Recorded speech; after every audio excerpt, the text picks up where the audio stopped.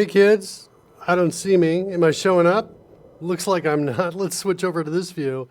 Well, I'm there over here. That's not bad. It's your friendly local neighborhood coder, Mark Miller here. Rory's going to jump in with us in, I think, about an hour from now. Between now and then, I'm going to kind of ease into it. I haven't been coding on the show in about a week and a half, I think. And I haven't looked at the code that we were working on last, a Thursday a week ago. And so I'm like, I'm going to have to, you're going to be watching me figure stuff out. Whoa!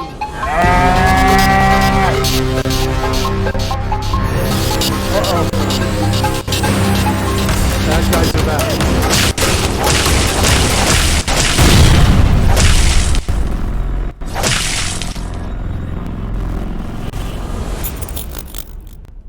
Yeah, I took a little time off. Legendary Moo. Legendary Moo's in the house. Welcome, Legendary Moo. I kind of took time off. I took time off to go speak at Dev Intersection last week. And it was not bad. I think I imparted some mostly good information and knowledge to the folks about good design there. And I enjoyed the conference. The conference was well run. So that was my week last week. And I have not looked at this code at all. So I'm like, what were we doing? I know we were trying to set breakpoints in our custom editor, all of that. And I'll get to that. But I kind of wanted to do kind of a commercial break, take a break, not for a commercial, but a break to work on something that just kind of get myself back into the coding again here. And it has to do when we cast a spell in the Dungeons and Dragons game. So let's go jump over into that page right there. Let's bring up the back monitor. And let's turn off our Dungeon Master as well. We'll get rid of that stuff for now so we won't see the Dungeon Master stuff. Let's refresh the overlays. So we'll refresh those, get those loaded up. There's the front overlay. Here comes the dice overlay, refreshing itself, and the back overlay. I also, in addition to not doing things, I did make one change over here to the clock. I made it so it's a little smaller in the corner, a little further out of the way. So now, when we go to the D&D app right here and we run it, we'll be able to run it here, and we'll get rid of the waiting for player to be initialized. Looks like, where's my drone game? Is that turned off on this page? It is. Let's turn that back on. So that'll load itself back up.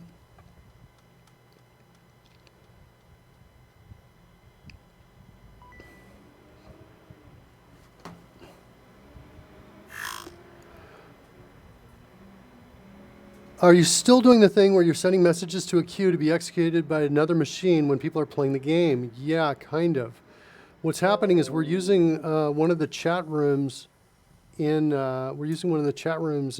Twitch to communicate, and we're using a Stream Deck. Like, can I get something in view of the camera here with a little bit of cord here? We're using something like this. The Dungeon Master's got something like this with buttons on it. And there's no autofocus on this camera, so I can't get that close and get it in focus. And so they're hitting buttons. Whoa! Surly Dad is in the house. Yeah, it's not a show without Surly Dev. Let's see here. Yeah, break out the drone swatter. So yeah, we're essentially still sending messages. In fact, here, let me bring it up so you can see what it looks like. The UI is actually not bad for a chat window. So I'll pop this up right here so you can see this is where the chat pieces will come in. And did I initialize player data? It looks like I did. Working. And as soon as you do that, I change it up. But so let's go in and we'll cast, for example, Melf's Minute Meteors.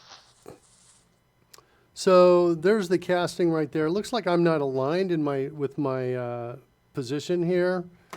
And what else? Is the drone game not fully refreshed? Okay, let's do a couple things here. Let's send 2 meteors off. Let's go get the drone game. I want to refresh the drone game here. Oh, wait, no, it's not that. Hold on. We just switched over to Surly Dev. There we go. Now I'm in the right spot. Everything's okay. All right. Uh-oh. What's this? Oh, hey. Look.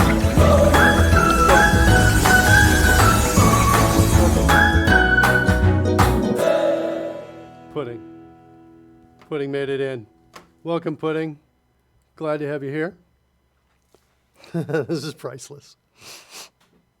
It's kind of fun. Pyrocats is done too. If Pyrocat shows up, we'll see that.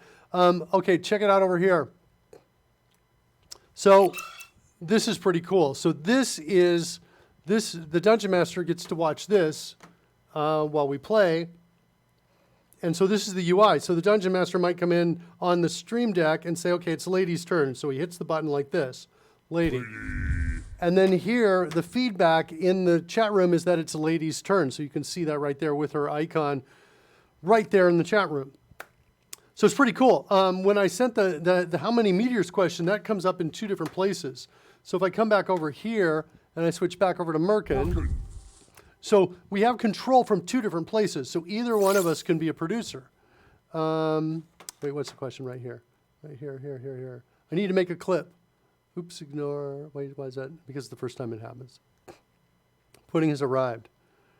Nice. Okay, cool. Pudding has arrived. Excellent. Yeah, it's not bad. It's a little bit fun. So if I come in here and I say, let's do, as a bonus action, Melf's Minute Meteor. So I already cast the main spell. These are spinning around me because the spell is still active. I'm concentrating on that spell.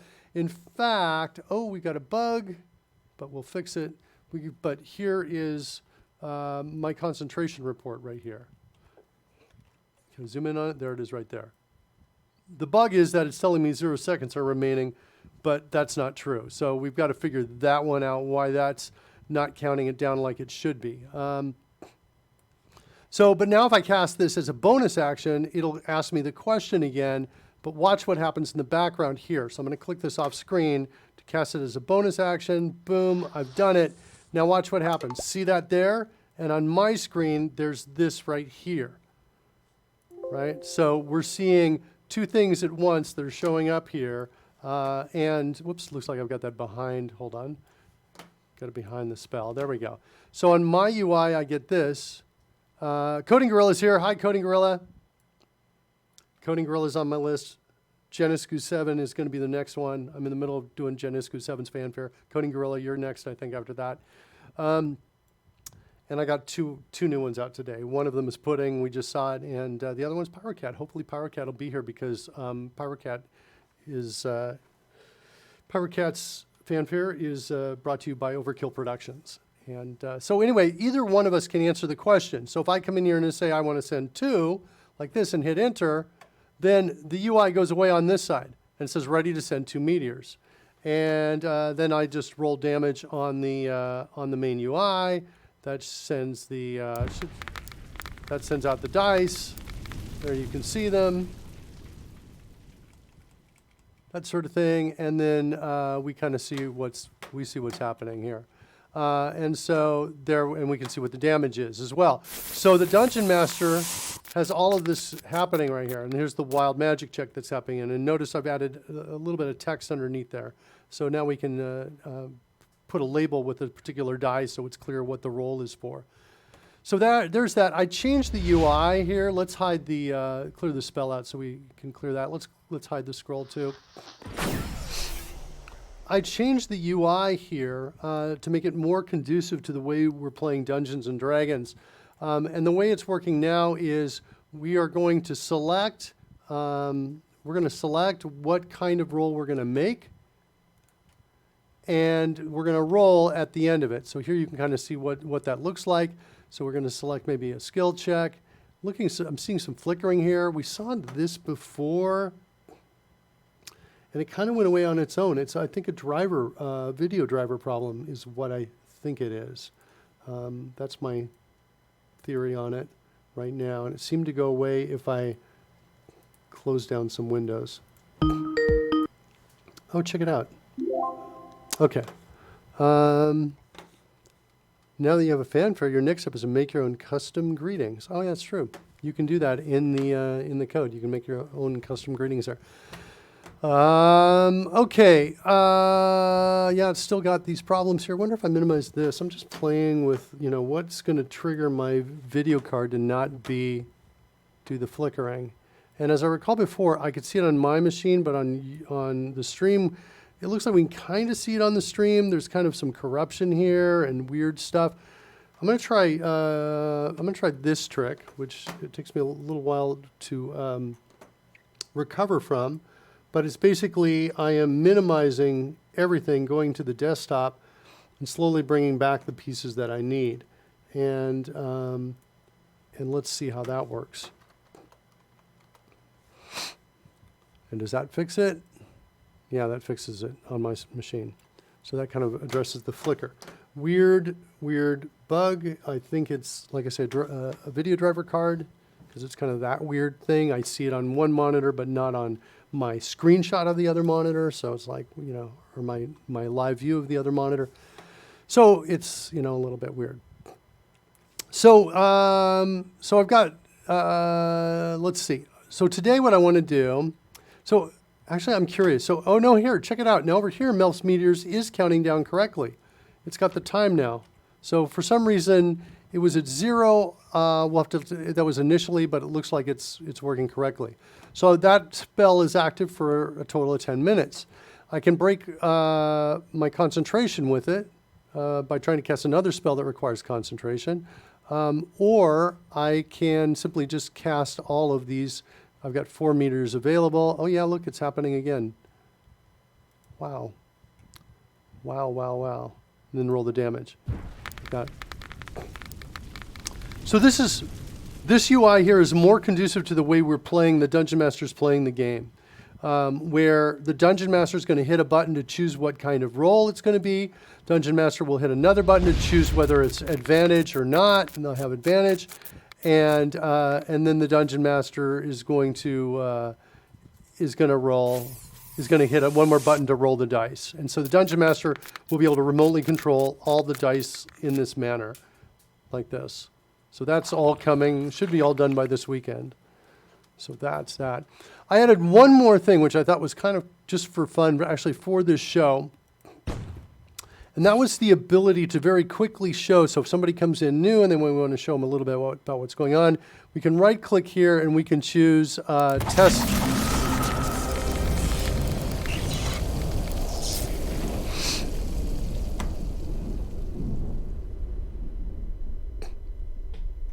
We can do test all damage dice. And so these are all the damage dice right here, the different types of damage dice out there.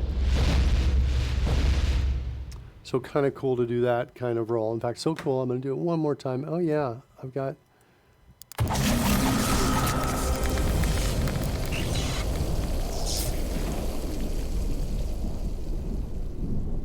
So I think we're doing kind of beautiful work, right? This is all using our graphics engine that we built and assets that I downloaded and licensed from Envato Elements. And speaking of assets, I've got more that I want to do. Well, let me try one more thing. I want to add 10 minutes to this because right now it says I've got 4 minutes and 57 seconds remaining. Let's actually add a minute. This button right here will add a minute. Let's try to make the spell dispel itself. So if I hit it once... What can we do here? I want to kind of get this so we can see everything on screen. So you can see the countdown there that's happening over to my left. There we go. So I've got right here 4 minutes, 37 seconds. So if I click this, it should go to 3 minutes. There you go. One more time, 2 minutes. One more time, 1 minute. One more time, 25 seconds remaining.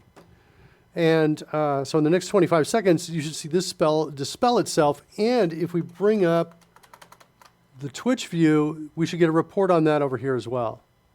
Yeah, it doesn't like my mouse interaction with it. It's like showing windows behind it. Really weird. I'm going to stop moving the mouse for a second. Nope, that didn't help, did it? And I'm looking for that thing. 1 second remaining. There we go. And so now it's no longer showing up here.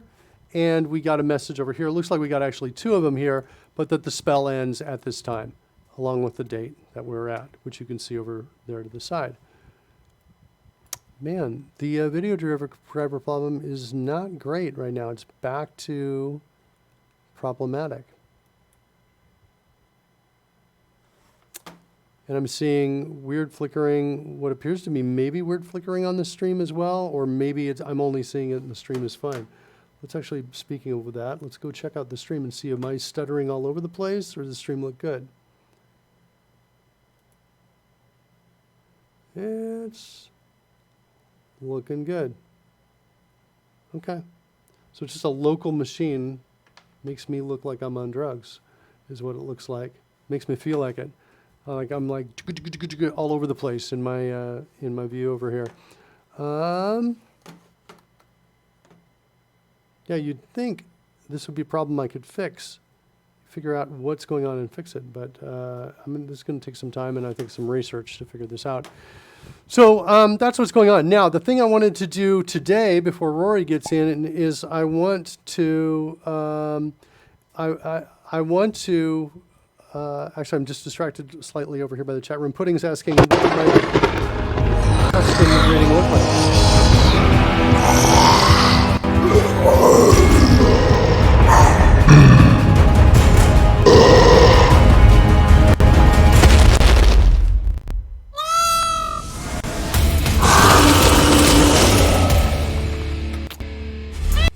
Sex positives in the house. Sex positives here. How you doing, sex positive? It's been a while since I've seen you. Like I don't know, about 5 minutes, 18 minutes.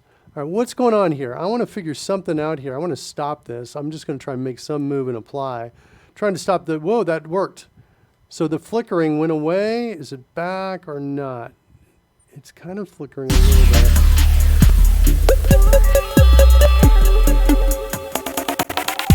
And it's back.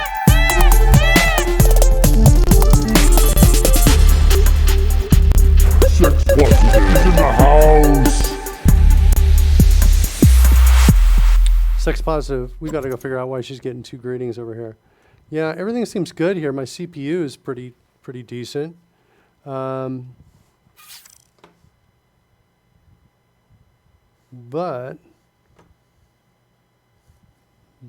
I'm not. I'm perfect. Sex positive says hello to Pudding. Yeah, you get 2. I'm going to give Pudding one more time. I'm going to play Puddings one more time because you haven't seen Puddings. Do you want to see Puddings, Karen? Because you're special, sex positive. Because I'm worth it. You are. Totally worth it. Let's see what I can do here. I want to refresh the drone game. Yeah, no, I'm seeing flickering everywhere. Yeah, you want to see it? Okay, she's saying yeah. All right, we'll do that. Here comes Puddings again.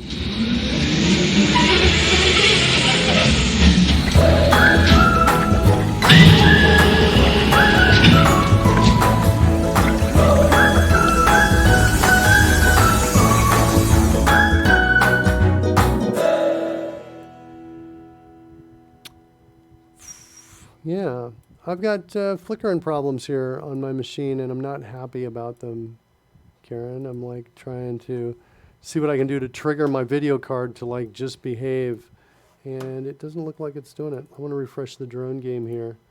See, yeah, it's like crazy. Like windows are just flickering on and off. Menus are flickering on and off on my screen.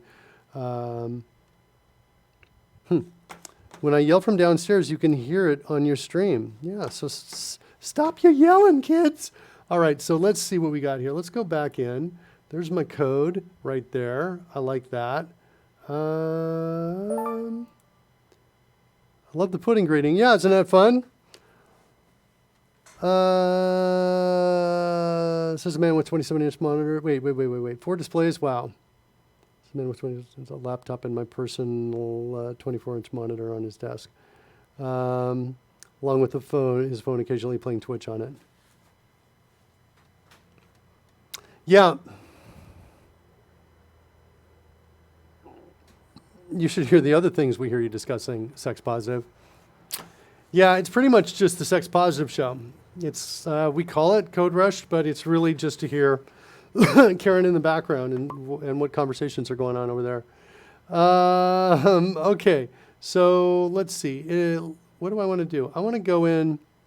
I want to try getting spell, what I'm calling spell hit effects to come up. Oh, and it's flickering again. If I adjust the display settings, it momentarily kicks in and says, "I'm good. I got this," and then it does not do well after that. All right, let's see if I can actually search this and find this. Windows flickering. I don't know. What am I going to say? Windows 10, Windows flickering. What do we got here? Screen flickering is usually caused by an incompatible app or display driver. Update the app or the display driver. Okay. Sure. Check to see if Task Manager flickers. Yeah, it was flickering for me. Let's see what we got here. Is it flickering now? It's not for me. But everything else is. Let's try and get down to this monitor. Oh yeah, it's flickering on this monitor if I drag it down. Okay. Open Task Manager, yeah. If it doesn't flicker, no. It's yes, display driver. So as I suspected, I think that's my problem. You need to start your PC in safe mode, uninstall your current display adapter, then check for driver updates. Ugh. Ugh. Yeah, so that's not happening live on the stream. We're not going to do that. Yeah, and then sometimes it's worse, and sometimes it just goes away. The problem goes away, and it's as if let's see if there's anything else I can close down. Today it's worse. What can I close down? Let's start closing down apps. Anything that I don't need, not using. I need that, I need that, I need that, I need that. I could actually shut this down and then start it up as needed. Okay. And is that everything? That's essentially everything. I could kill this too. That's another instance of Edge. Yeah, everything. I've got just the minimum stuff running now, and we still have problems. I'm going to do one more of that one trick I did before where I minimize everything and then bring things up gradually back up again. And now it seems solid. Let's see how long it lasts. So I want to do spell effects. So when I cast a spell, I want to, when it hits the spell, so I want to do it when I cast a spell. So let's first talk about the different kinds of spells that we have out here. In fact, let's go over into my overlays app, which is up here. And here's where I think I started loading up the assets from here. And they're over in these folders, right? This folder, spell hits, and I've got different visual kind of hits that come up. So there are essentially, let's do this. There are, I think, 3 kinds of hits, I think. Let's see what we get here.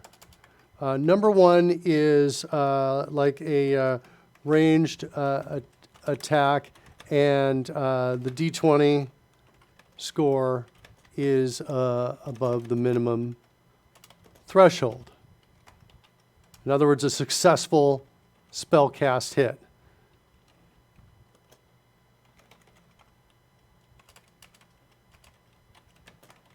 So that's one of them.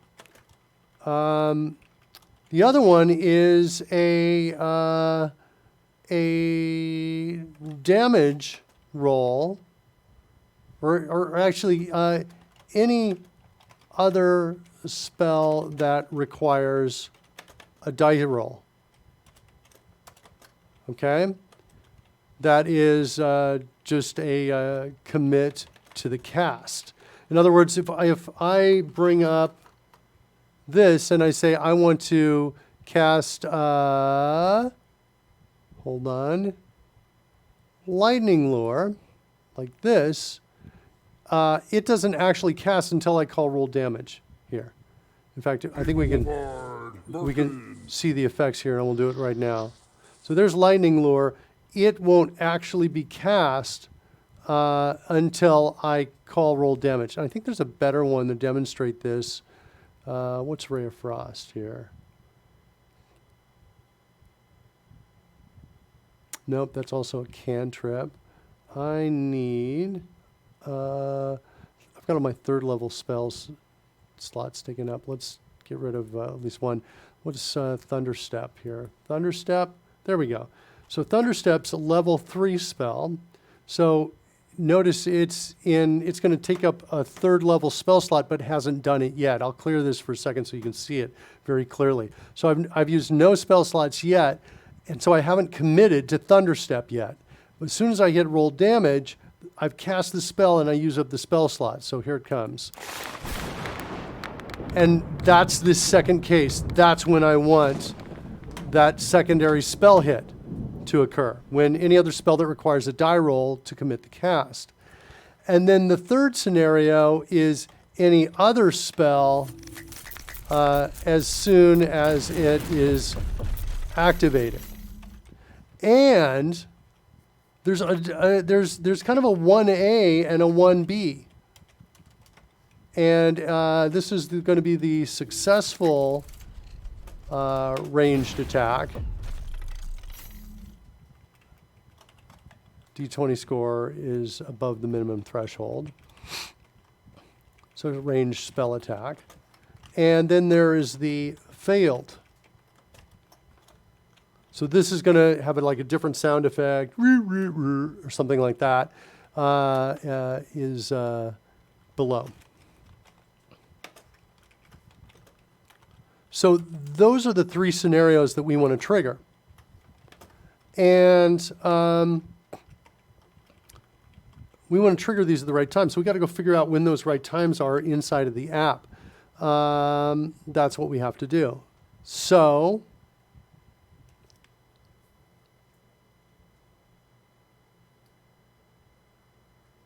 yeah, I think I'm okay with this. So there's slightly different times when these are gonna happen, but those are the three different kinds. I'll leave them here for a second. 3 or maybe 4 kinds of hits.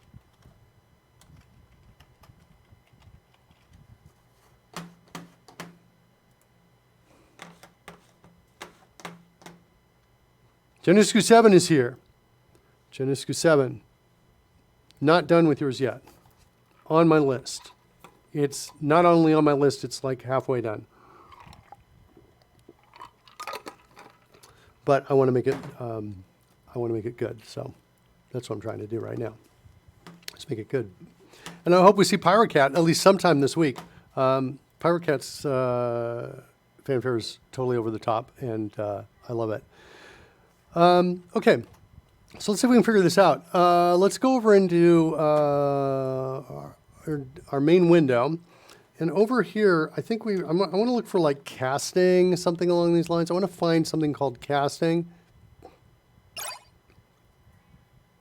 I want to put things on your list. Yeah, I bet you do, Sex Positive. Have me do things. We're building a house, by the way. Sex Positive and I are building a house. Well, to be fair, we've bought kind of an existing small house, and we're building container homes out in front of it, is what we're doing. So kind of cool stuff. All right, so well, let's see. There is a, there's a lot of stuff with casting in here. Player's casting spell. Complete casting is what I think it was called. No complete casting out there. Complete cast. Sweet. Okay. So this, let's just set a breakpoint here and see what happens if we get here. And when we get here, actually. Let's go back to the app. We'll try to trigger each of these 3 different scenarios. And I've got the flickering again. Okay. Oh yeah, Sex Positive cannot drive anymore. That all happened. So sex positive has been falling down. She had an accident a while back, and then she passed out again at school when she was sitting down. She was in a sitting down position, and she started to drop. And so we're like, okay, yeah, she was never really good at it. So, but she can't drive anymore. So now it's she's my captive. She cannot escape. It's like, moo. Yeah, she appears to have a brain tumor. It appears to be, is it fair to say inactive or benign? But it's a little bit tough. Also, kids, just FYI, since as long as we're revealing personal medical health details, you folks out there may know that I had prostate cancer at one point in time, had my prostate removed, just had my PSA done last week, and it's like a 0.2 or something. It's incredibly normal or low. So what that means is I still don't have prostate cancer, which is excellent. And to cancer, I say, sucker! Try to get me, cancer! Try to get me! Anyway, I'm taunting cancer now. I guess that makes a lot of sense. So yeah, that was a great result. I agree, Surly Deb. And I did not, and to reiterate, so when the cancer was first detected, it was at a stage 4.5 is essentially what they were describing it. It was stage 4, but close to the line where they would have called it a stage 5. The response to a stage 4 or stage 5 is essentially the same. They're like, we've got to take it out. If you have prostate cancer and it's in an earlier stage, one of the possible responses is let it grow, because it grows slowly, and depending on your age, like let's say you're like 80 and you've got a life expectancy of like maybe 5 to 10 more years, and you go to stage 1 or stage 2, something like that, the doctor might say, do nothing for it because it's not going to kill you. Something else will sooner. So yeah, Surly Deb says, get your PSA checked, guys, especially those of you in your 40s. It was my cancer was detected from a routine PSA check that took place at my physical that I had. So you definitely want to. It's like a blood test. It's it essentially costs nothing and can give you really great results. Great information. Way better to detect it and to do something about it than to not detect it, and you find out because it's spread to other parts of your body, which you can't really fix. At the time also, I chose not to do chemo, and I chose not to do female hormone injections, and I chose not to do radiation. All three of those were offered to me by various different professionals. I saw a lot of professionals. Some were blowing it. They were not, they were taking my money, but they were not doing a great job by doing things like, having the wrong, patient form, there in front of us. In fact, I think it was almost a joke. The first results I was sent back were from somebody else's. So it was like folks were making mistakes all over, and it wasn't just one doctor's office. I went to a hospital that was well known, Sloan Kettering, I think, and they were making mistakes there too. And so I was like, it was interesting. I was shopping around to get a lot of information and a lot of doctors, talking to a lot of doctors, and out of all the ones I talked to, I really settled upon one because I thought one was really good. But even that one was offering advice from my perspective that he was incentivized to offer. His goal was to get his numbers of the, I forget what it's called with cancer. I'm not sure if remission is the right word or not, but he's trying to get his numbers down for the cancer coming back. And so what he was suggesting is throw everything at it, which would advantage him, right? Because his numbers go down. He looks like a very successful doctor. But I said no to a number of those things. And in the times I said no, I kind of felt like, oh, this guy's incentivized a little bit because he's pushing back a little bit. He's still saying, okay, it's your choice, but he's pushing back. Now, when you have like 100 patients over the course of a couple years, you push back a little bit, you will convince them. But I went back and I took another MRI. We looked at it again, and it looked like, even as of the day of my surgery, that it was still contained inside of the prostate. And the at the end of the surgery, when they did the biopsy on it, they also confirmed that information, and the PSA test from last week also confirms it. They got everything. So so anyway, that was my little journey there, and maybe that'll help out folks out there. Yeah, Karen is pointing out that the doctor had a quack ringtone. So in one of the first doctors we went to, this is the doctor who sent us the wrong results at first, and then while we're in his office, he finds the correct results. His phone goes off in his back pocket, and it's a duck quacking. And in the United States, the word quack is a derogatory term to refer to a doctor that's not very good. And so it's surreal. The whole experience was totally surreal. So I've got a breakpoint over here on complete cast. Let's try Thunderstep again. So, or wait, I've got tidal wave here. This is the same one. So same thing, tidal wave.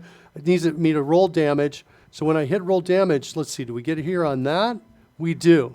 So as soon as I roll damage on this, we're completing the cast. This is, we want to do it like a to-do here. Trigger. I'm hearing my son play the guitar downstairs. Karen, if you're still on and listening, maybe you could ask Campbell to move into the bedroom there with the door closed. So we want to trigger the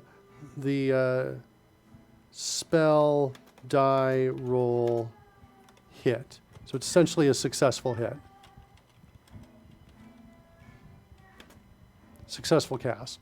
That's what we want to do there. So I'll clear that breakpoint. I'm going to drop a marker here, though, so we can come back to this. And let's see if we can find the other ones. The other ones are, we need it on the Hubtastic base station. One of my favorite class names right here. Dice stop rolling. So in here, this is where we need the other one, right here.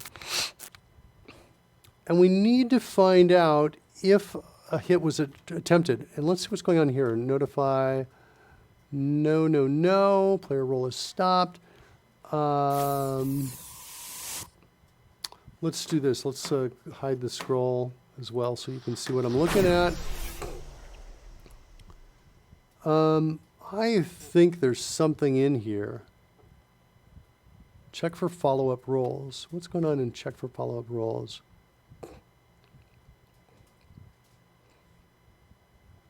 That's it there.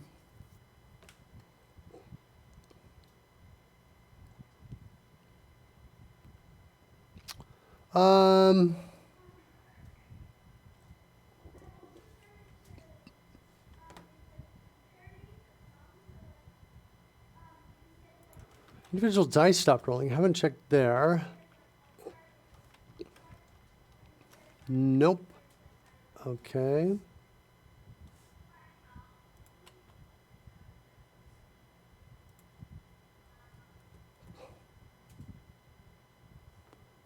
Report on die roll. Is that it? Okay. So down here, I think there's a check that says, hey, let's see where success string is at. Get success string.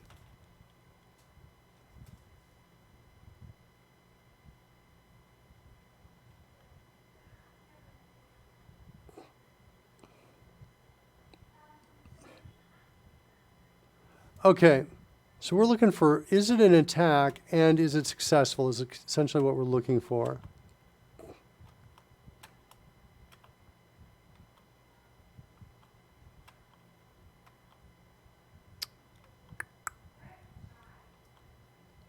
All over the place. Right there it is, right there. That's the piece I wanted, is attack. So that's what I'm looking for. So I think I'm going to go all the way back to where I was. I'm just hitting escape to kind of pick up the markers from all the tab to next references I jumped up to. I don't think I want to do it here. And I think I want to do it in here. And I think I want to do something like this. All right, let's cast Chaos Bolt. Rolling the attack.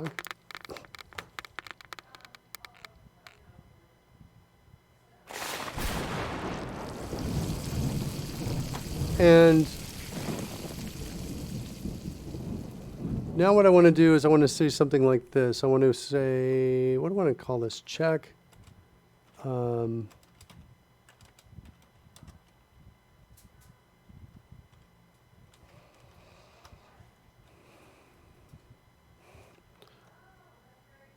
Spell hit results. Like that.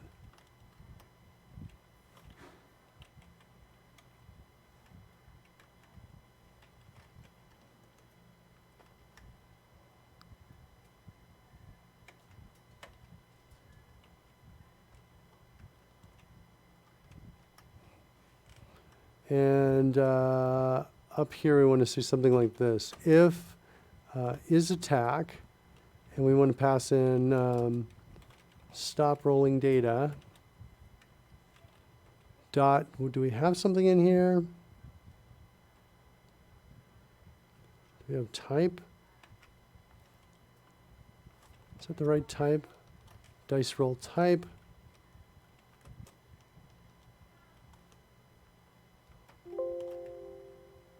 Where did I get is attack from? It's in D&D utils. Okay.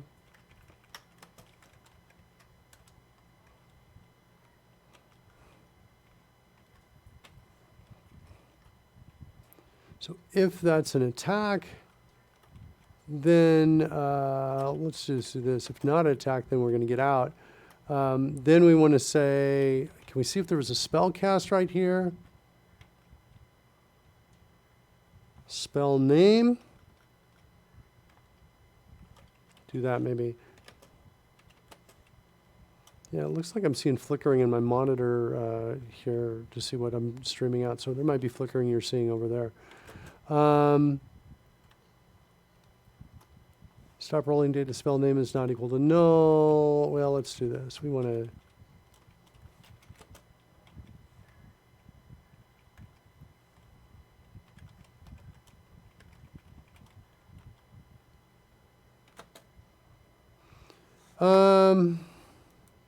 Surely Dev wishes all the best. Sex positive. Fasting too. Yeah, did Karen talk about fasting? Karen is talking about doing more fasting now because of the, we've been talking about that. And I told her I would do that with her. So I might be actually fasting for the first time because I'm like, I like to eat all the time. Fasting is not my favorite, although I've fasted before in survival training and went several days without food. And after the first day, it's not bad. So Surly says go for it.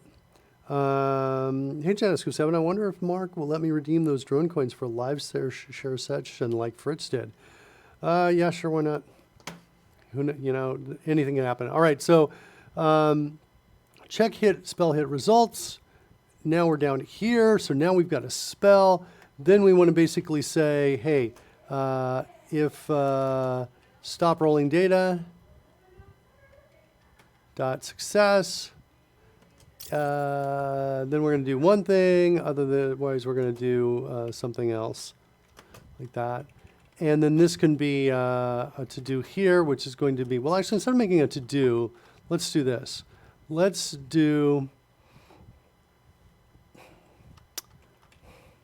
create a new function over here called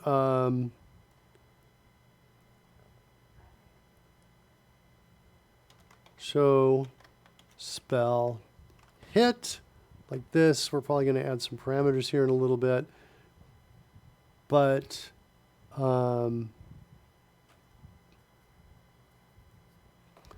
we need like the player ID. We need whether it's a success or a fail, I guess. Or we could just say a type maybe. Hold on a second. I think we need a type here. So I'm going to come in here and I'm going to say spell hit type. And one of the types is a miss. Another is a hit. And another is a, is that it? Is it just those two maybe? I think it's just those two. Okay. So pop that in here as a parameter.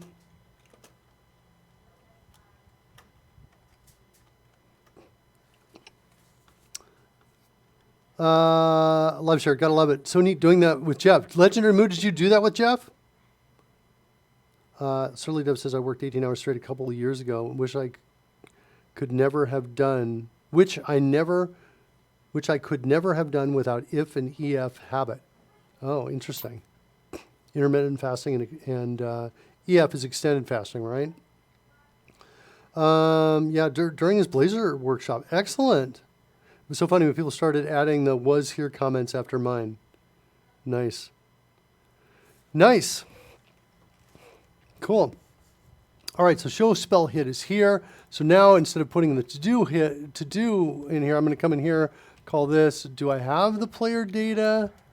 Stop rolling data. Do I have a player ID? I do. And if it's an attack, there's only one at a time allowed, so we don't allow multiples on there. And actually, now that maybe I'm just, yeah, I guess I'll go ahead and do spell hit type dot hit like that. I don't know. I'm like not entirely sure this is the code, but the good part about this code is that instead of putting to-dos in the code, I'm going to have one to-do in a single spot here. And let's go. Yeah, I've never had a driver problem like this before. And it only seems to happen when I'm streaming. Is that really true? Here. Show spell hit. Do I get a dice roll?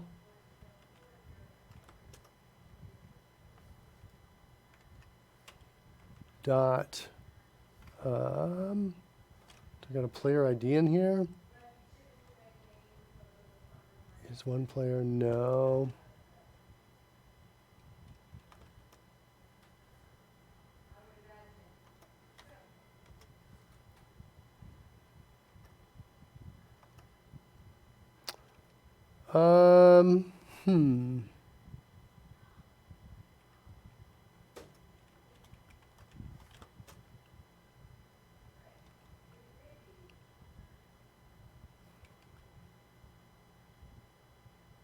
Player role options. I think that's it right here.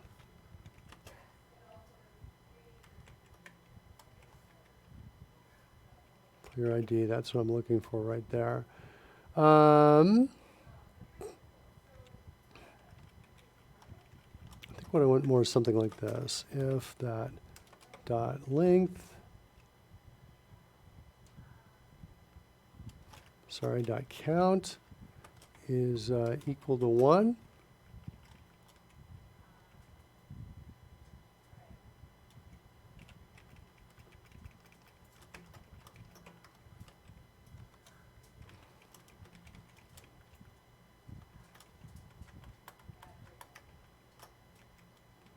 And we'll call this a hit, like that. And so we've got that show spell hit there, and then we need one more. So let's go ahead and run it. And I'm not sure if I want to set a breakpoint here yet or not. The last one, we're calling show spell hit here. What's happening? Hit from what's our call stack? Is this because of what just happened with the dice came back? Complete cast. We might be coming in here twice. Let's see what's going on here. Set a breakpoint right here and see when we're triggering. All right, so when we're triggering that, let's go back and cast Chaos Bolt again. Roll the attack. Okay, complete cast on, that doesn't make sense for cast bolt right now.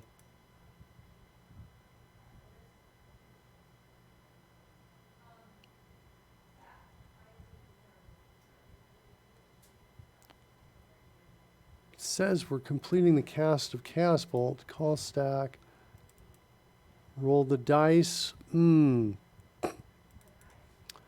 So I think what I want to do here, I need to check what's happening here with the spell, is what I need to do.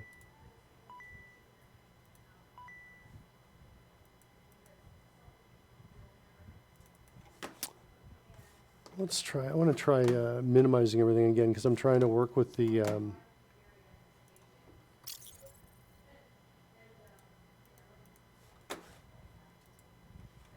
let's run to get past this, show spell hit.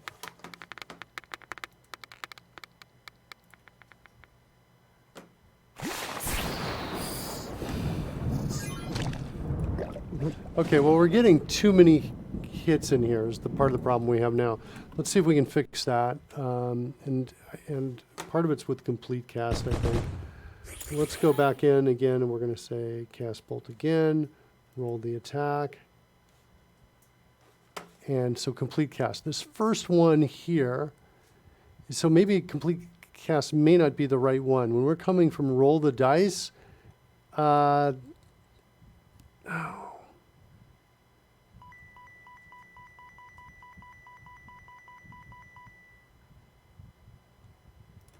Where do we call this from? Roll the dice. That's only the place we're calling it. Okay, now I'm thinking,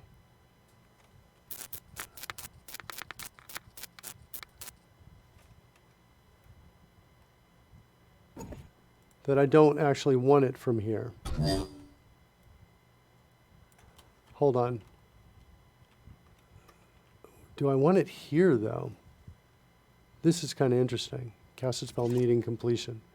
That's maybe what, let's see what happens with that. Okay, so we'll come back in.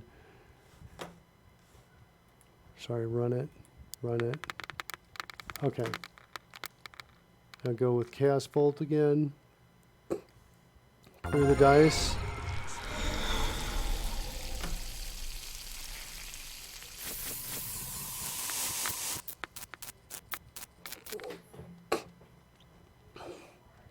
Okay, one more time. Clear the dice. Roll the attack. Nope, that's the wild magic roll. Sorry. We'll clear the dice. One more time. Cast bolt. Roll the attack. So it says it needs completion. So this is not the right spot to put this in here.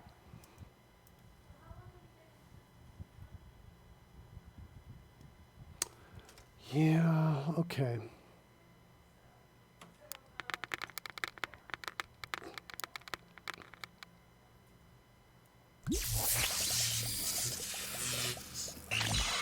So this one is the right spot, though. If we keep that other one out of there, that code I got rid of was this. But yeah, we're going to have to figure out the right spot to do it. But here we definitely have a hit, and here's where we want to call it and send it. So to send that, to send that, I want to go out to the Hubtastic base station, I think. And I've got this, what is cast spell? Spell data. What am I sending out here? I'm creating my own windups. I'm using some, basically an array of windups, which in a casted spell DTO,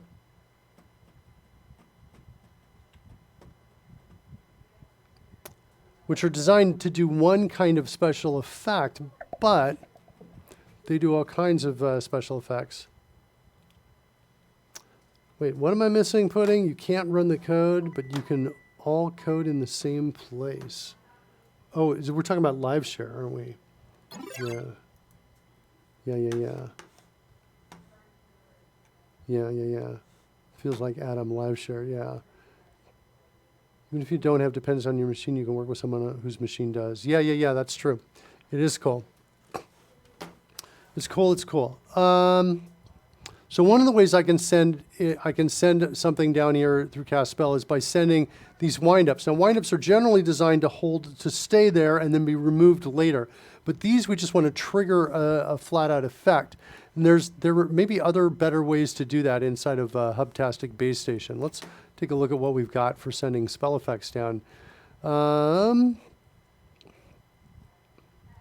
thought I might have something in here that's just an effect, to send an effect out. Trigger effect.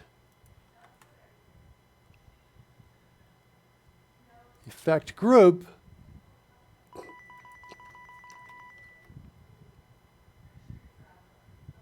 List of effects.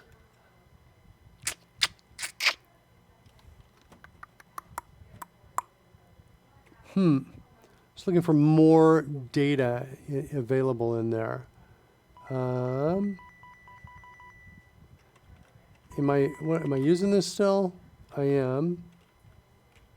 Am I using trigger effect anywhere else? Effect builder.get effect. Yeah, I'm kind of stunned that this is so sparse. Although this is an abstract class. What's this thing returning? Oh, one of the effects, animation, get animation effect. That's right, I'm recalling this.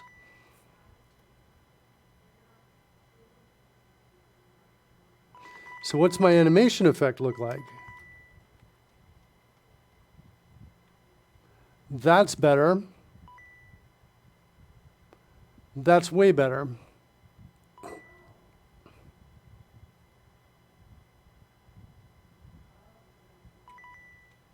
Okay, so I can create one or more animation effects.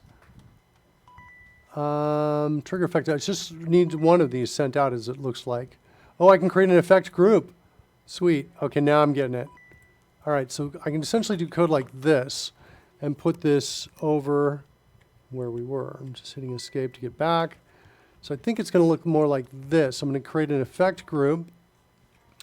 And then I'm going to come in and I'm going to say, I want to create a new animation effect like that.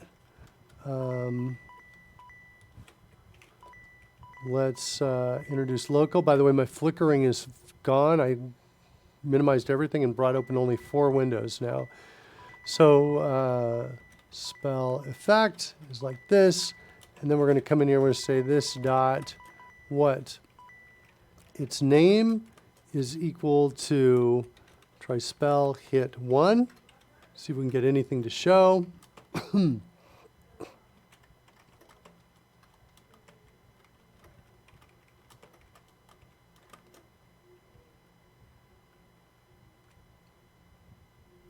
Its target is equal to new visual effect target type dot hash. Should I throw an active player at it?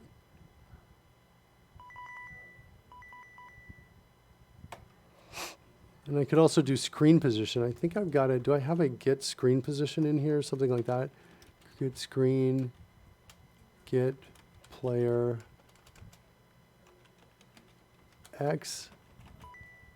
Nothing for player X. Okay, so it's not here. It's down in the low level overlays. So what's my problem down here?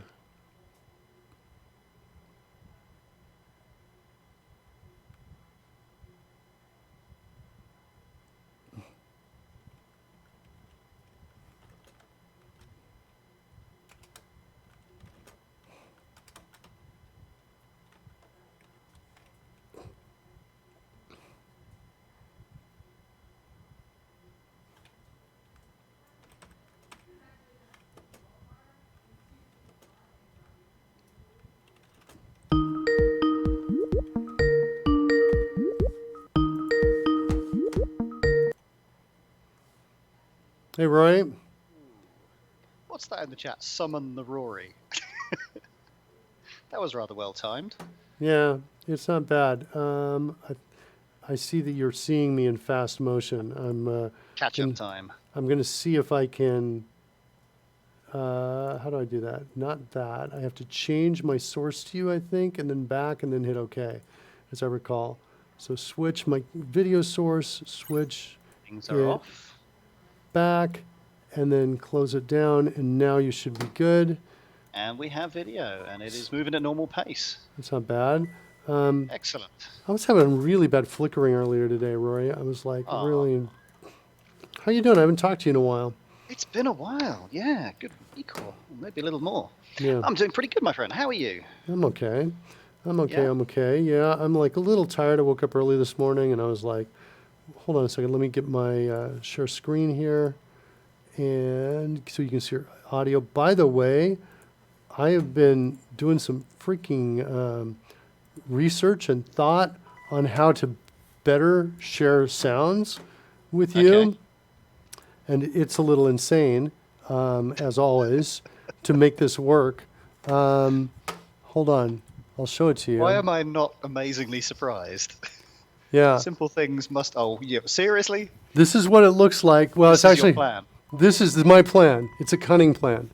Yeah, and this is coming from Visual Studio behind in the background, but this is my plan. Now, there's a number of cables you don't see, but they're basically splitters up here at the top. So there's like, for each one of these lines up here, there's another kind of splitter here, here, here, here, here, here, and here. I have, at this point, everything except for these right here. These are on the way. Yeah. Yeah, and it was funny. I was talking to Carl Franklin about this to make all this work. Fair enough. Yeah. And at one point, this is give you an idea of how complex this is. Carl's like, my head hurts. We can't do this anymore. And I'm like, all right. Yeah. So, yeah, this is it. It is, and I think it's going to work. I'm slightly worried about my machine because my machine doesn't seem to be doing so well with its latest video driver. So it's got this flickering problem that's been plaguing me the last couple episodes. So I'm a little bit like, and I'm, I don't know if it's, and I just installed these. So I've got several of these out here right now attached, and each of these are sucking up a USB port. And my machine, it's like everything is great with a few things plugged into my USB, but when I start plugging in a lot of things, my machine starts to, act like an elderly person. I guess such as myself. And so I'm. So the short version of this solution is we're going to throw more hardware at the problem. Yeah, that's what we're Okay. going to do. We're going to throw None more of which hardware. will need any kind of firmware or software support, and thus when those updates happen won't cause any kind of compounded problem. Well, the problem is everything that's in blue is a USB port. So I'm putting 5 more devices and maybe a 6th one here because I need to split it. Whoops, hold on. Maybe a 6th one. So I've got 6 more USB ports sucked up is the problem. And, it's all software, it's all CPU stuff. So I'm a little bit like, what? But the cool thing is, and here's the thing, Roy, you and I are not bad because you're not sending me video. But True. when we do the Dragon Humper show, we've got Going to have 3 5 to 4 sets of incoming. I've got 5 different cameras sending me input. Is it 5? 4. I have 3 other players, the Dungeon Master and the map. I've got 5 other separate Skype video pieces coming in. And when I try to do the share screen trick that we do with you to get the sound so you can hear my desktop sounds, Skype just dies. Skype says, okay, I'm going to send you at resolution of 64 by 32 pixels, everybody's image, or something like that. It's like everybody says, I can't read anything. It's like a switch. I can make Skype suddenly die in this effort. I've tried, making noise saying, hey, Skype team, want to talk to me? Through folks I know at Microsoft, and everybody's kind of quiet coming back. So I went, I talked to Carl about it. I, started thinking about it. And when Carl was like, yeah, it's too complex, I was like, all right, I got to really figure this out and think about it.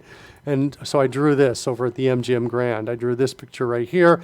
This got me started, basically saying, what do I need? What makes it complex is I have 3 different inputs, and I need 3 different mixes of those 3 inputs to solve the problem. Because I'm essentially and Carl calls this a mix minus. But the idea is that I need to combine 2 tracks without another for, like, for example, my ears. I don't want to hear my voice coming back into my ears. For the Skype audio, I got to get my desktop sound and my mic sound, but nobody else's Skype sound. So the Skype audio can't be part of the desktop sound, which by default it is. So I got to route it somewhere else. Well, to route it somewhere else, I need these. So this whole thing is what looks like is needed to solve the problem of sharing your desktop sounds with everybody on the Skype call and live streaming at the same time. And so that's kind of what I'm looking at. It's actually started at this, and now I moved it to this. But I'm sorry, what? With your various signals, they're all digital and coming in over the internet or being picked up, at your machine because it's your mic, for example. Right. And then you're going to have them come out of the machine into various bits of hardware in order to go back into the machine, composited in different ways. Isn't there a software solution to this? No, I don't think so. I don't think so, because there are software solutions that allow me to route. Whoa. Oh no, kids. It's Jetsam. Get out of here, Jetsam. Get out of here. He's in the house. It's always doing the flyby. Hey, you missed Pudding's new fanfare. You want to see it? It's a little bit cute. Pyrocats has not been here yet. If Pyrocat shows up, we'll go crazy, because it's like, Jerry Bruckheimer. It's as if Jerry Bruckheimer said, "Hey, Mark, mind if I do a fanfare?" And I'm like, "No, Jerry, go ahead." So he did a fanfare for us. But we'll see that if Pyrocat shows up. But Pudding is with us. Here's Puddings. Oh, no. No. Ah! Hurry!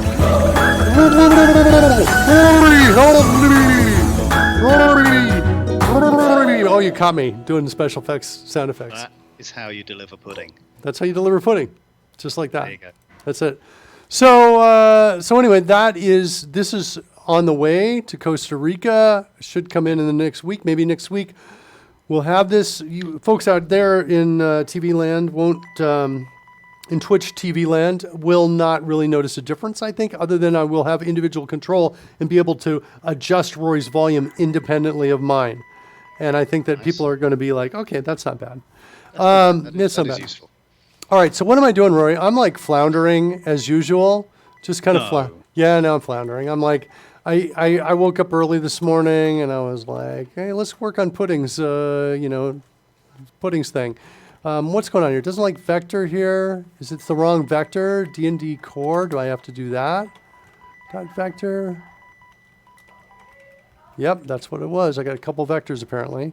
So what am I doing? I'm trying to send a spell hit attack visual. Right here is what I'm trying to do. I'm taking a break from the debugging. I said I was going to do that till you got here. I thought I was going to make more progress, but not true. Did not happen. Okay. So I got to figure out. I don't know. I'm just playing with this, seeing if we can send the spell to and get something visual on the screen. There's my effect group. Ooh, blood squirting impact, weapon impact. I can add sound effects too. I didn't know that. That's cool. All right, cool. So we'll see if we can do this and hear anything and see anything. I'm going to run it. I heard nothing and I saw nothing. Well. All right. Time to play in the space down below is what I think we need to do. Let's let's trigger it one more time and just verify, because I've been at a breakpoint for a really, really tremendously long time. How were your weekends, Rory? So I didn't catch that. How were your weekends, Rory? My weekends? Well, I got a bit older. I had a birthday. Oh, happy birthday. And, yeah. And there was some relaxing around that, and then there was, shortly afterwards, the idea that clearly in November we needed to start Christmas shopping, and so I was led around many shops whilst we did that. So there was some relaxing and some, just... I'm sure you know what that's like. Yeah, sure. Uh-oh, look at this, kids, wild magic. It's a 1. Are we at a breakpoint? We're not acting on it? What's going on? That's too bad. That's just sad for me now. I'm going to trigger it anyway. Here's what it looks like, kids.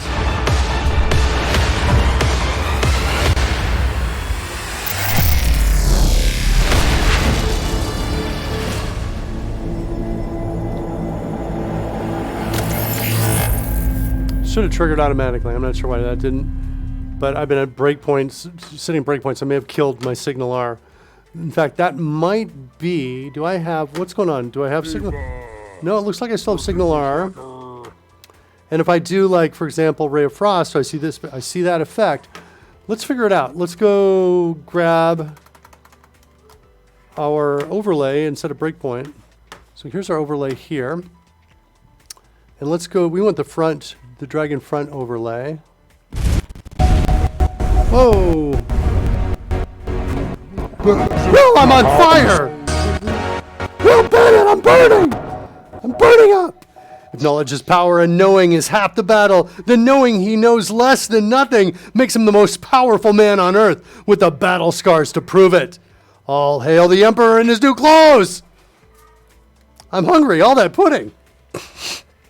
Freddy the Cat is with us. Freddy, I'm adding you to my backlog, Freddy the Cat. Although we're going to see Pyrocat if Pyrocat shows up today. If we see Pyrocat. Okay, we got the dragon front overlay here. Let's initialize player data. So we'll work with this. We'll be able to set a breakpoint. Please don't eat me, Will Bennett, says Pudding. Okay, set a breakpoint. So here are the spell hits. These are the names. Should be able to find them. What is it? It's called trigger effect. Down here. In Dragonfront game. Boom. That's where I want a breakpoint right there. Well, it looks like it should all be working. There's my breakpoint there. Let's do the same thing where we're going to do Chaos Bolt. What's happening? Chaos Bolt. There we go. Let's switch back over to the player view so I'm wrapped up in my special effect. Roll the dice, and are we going to get our breakpoint? I'm expecting to hit it now. Right about now, after I run this. Okay, so we're getting it. Cool. Let's go in here. Trigger single effect. What's the effect kind on it? 0, which I think is the animation effect. Yes, it is. Trigger animation. Okay. What do we got here?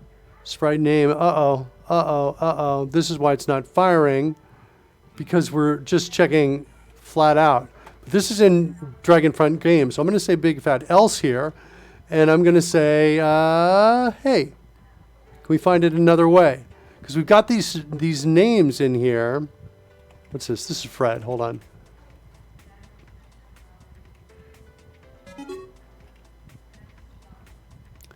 Spell hits right here. Where are these added? To all effects. So I'm just going to find it in all effects. Is what I'm going to do. Dot, I don't know.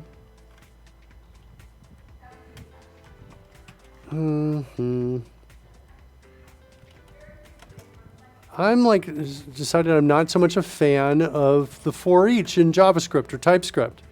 Because yeah, debugging it is tricky. You hit F10 on it and it just jumps over the whole thing, and it totally catches me every time. So anyway, I'm going to come in here and do this for now and see what happens here. What is it? Name.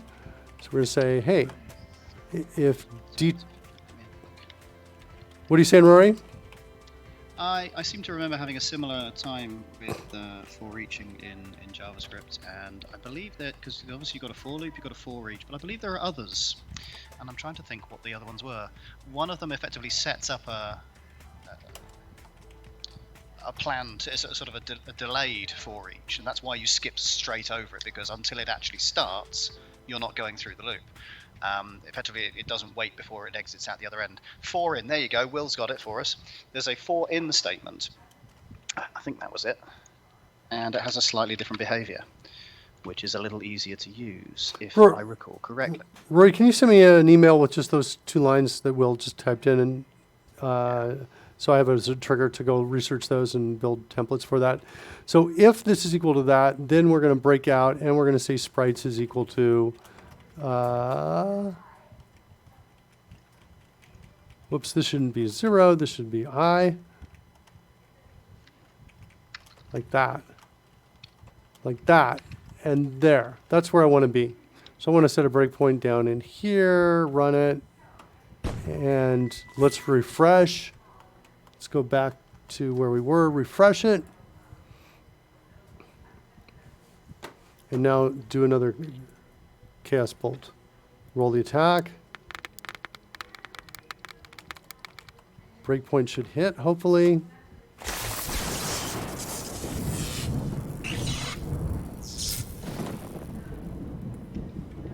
I hit run. I didn't get down here.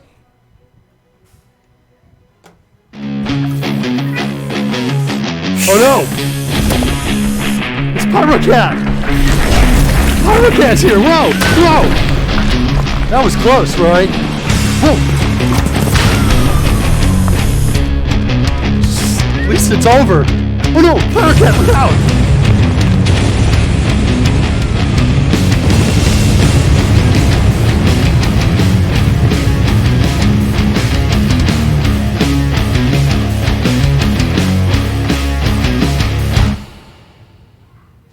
That's Pyrocat. It's a strange smell of burning flesh. Yeah, you smell that? I don't know. Pyrocat saved the day. Pyrocat's got some superpowers. Pudding says so cool. Yeah, that was Jerry Bruckheimer, kids.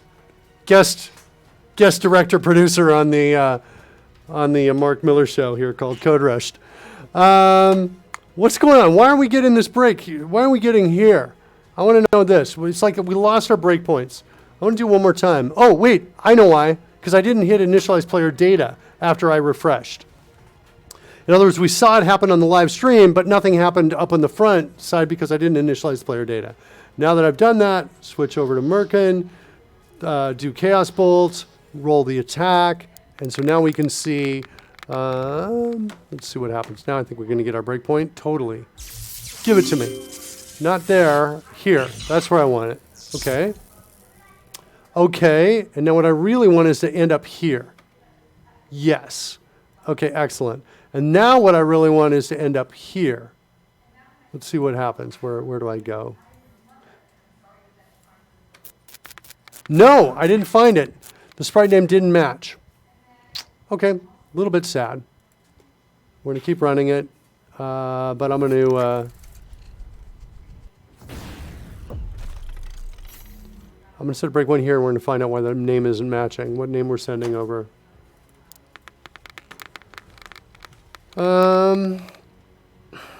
That's a miss. Okay, run. Run. All right. So there's 15 of these. Ooh, my sprite name is empty. That's not good. On my DTO, I think that's my problem up here.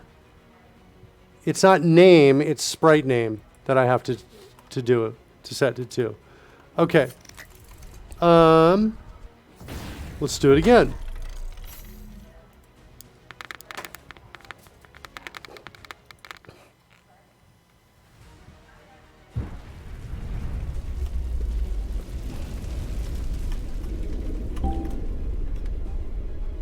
There it is. That's what I want. I don't even think I need a name on it.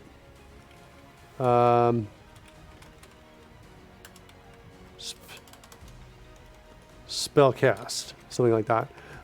Let's run it and see if we can find it now. Clear that breakpoint. And now, are we going to hit it this time? What's sprite name? There we go. Spell it 1. Yeah, we get it. Sweet. So we got the sprite effect. Are we going to see that spell cast effect? Hard to have it to hit run and see it on the other side because it's so fast. Yeah, but I think I saw it and it was down here. It's in the wrong spot, I think. But let's try it. Let's try one more time without the breakpoints. Roll the attack.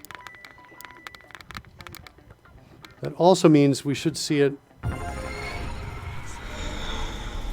Oh, we got the breakpoint here. Hold on. Run. I did not see it there. But I have a feeling it's going to work. Let's I'm going to refresh the cache on the stream. And I'll send data over again one more time.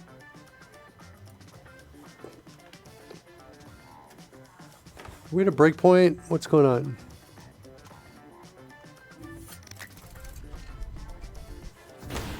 I think I'm at a breakpoint. No, everything says it's running. This one's a little concerning. I may be in trouble with that one. Let's try one more time. Initialize player data.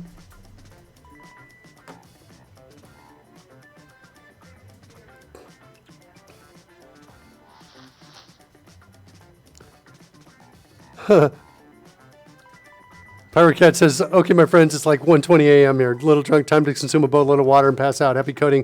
Plenty of D12, D12, and I have an amazing time as per usual. All right, excellent, Pirate Cat. Glad to have you with us here. All right, so... Eva Wolfhard. Birkin. Hide the scroll. Well, let's hide the scroll so we can see the stuff.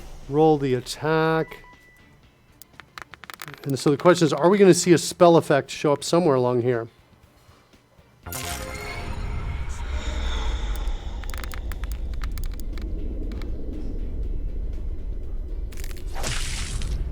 Yeah, it should have shown up.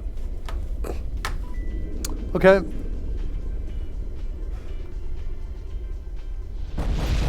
Why not is the new question here. And oh, there we go. We got to reload. All right. Initialize player data again.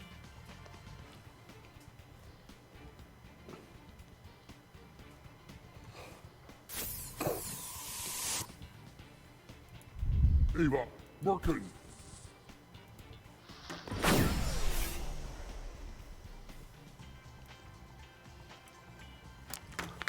All right.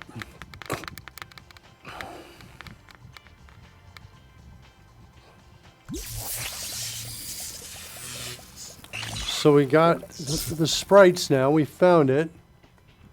What am I? Is there an assumption I'm making down here?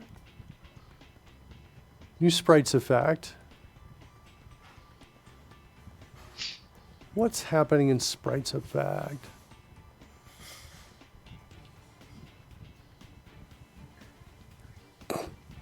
We're calling sprites effect.start.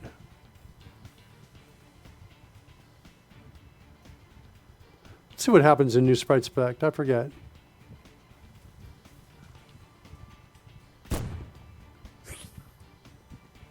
So there's the instantiation of the location. So here it's telling me that this should be at about 1200 across and 180. That is that close to me? Yeah, that's about where I am. I'm about 1200 across. So that's not bad. The position seems okay.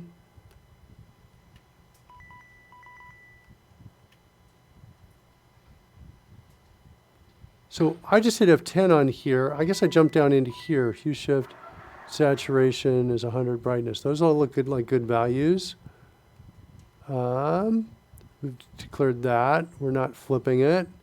Scaling is 1. That's a good value. Sprites ref. The sprites ref is the... wait, hits floor functions undefined. That shouldn't be a problem. Spell hit 1. That looks good. All of this data looks good to me. I don't see the frame count here. I wonder if that's in base animation. Frame count, yeah, 28. So that's all looking good. The data looks good. Are we not painting them? I thought I...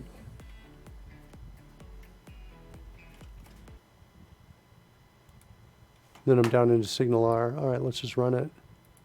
So the code looks good. The code looks good. The data looks good.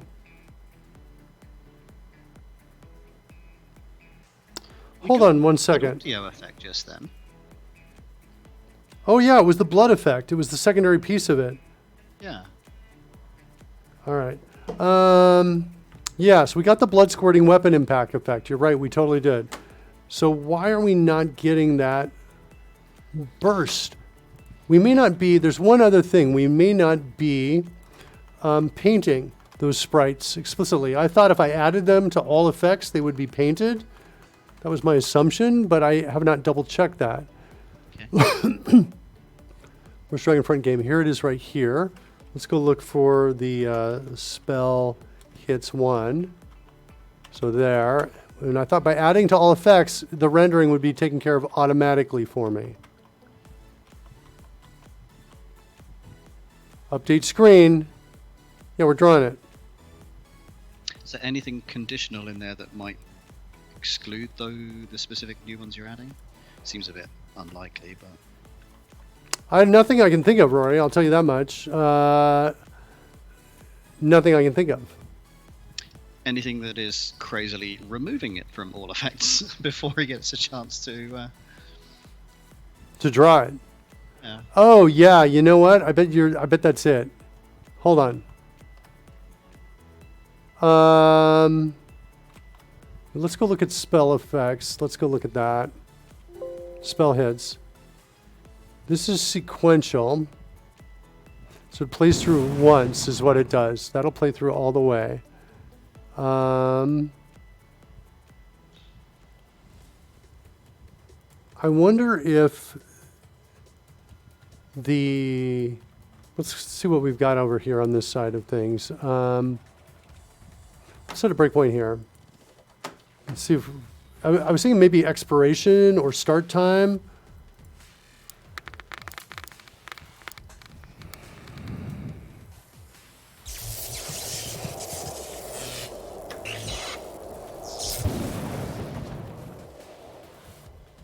No, but none of those exist in here. And what's in the parenting effect is time offset, which is 0, and effect kind, which is set here in a new animation effect. Yeah.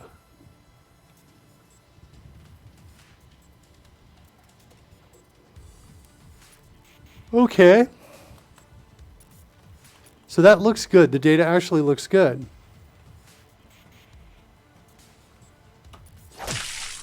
I just saw it on the stream. Yeah. Okay. Yeah, I saw it on the stream.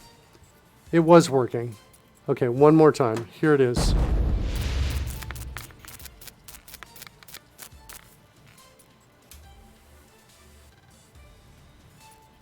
Let's clear that. Let's roll the other attack. Here it is. So right after this attack comes back, we should see it. Did you see it that time, Rory? I saw a whole bunch of sparks just in front of you. That's it. That's Yep. the effect. Okay. All right. So now we want to do... Interestingly, all audio from your machine, to me at least, has vanished. Oh, really? You don't hear desktop audio anymore? Yeah. I don't know Give- if that's the same on the stream or not. I bet it's not, because I'm hearing it and I'm seeing evidence that it's being sent out. Let me stop sharing and share one more time and see if that helps.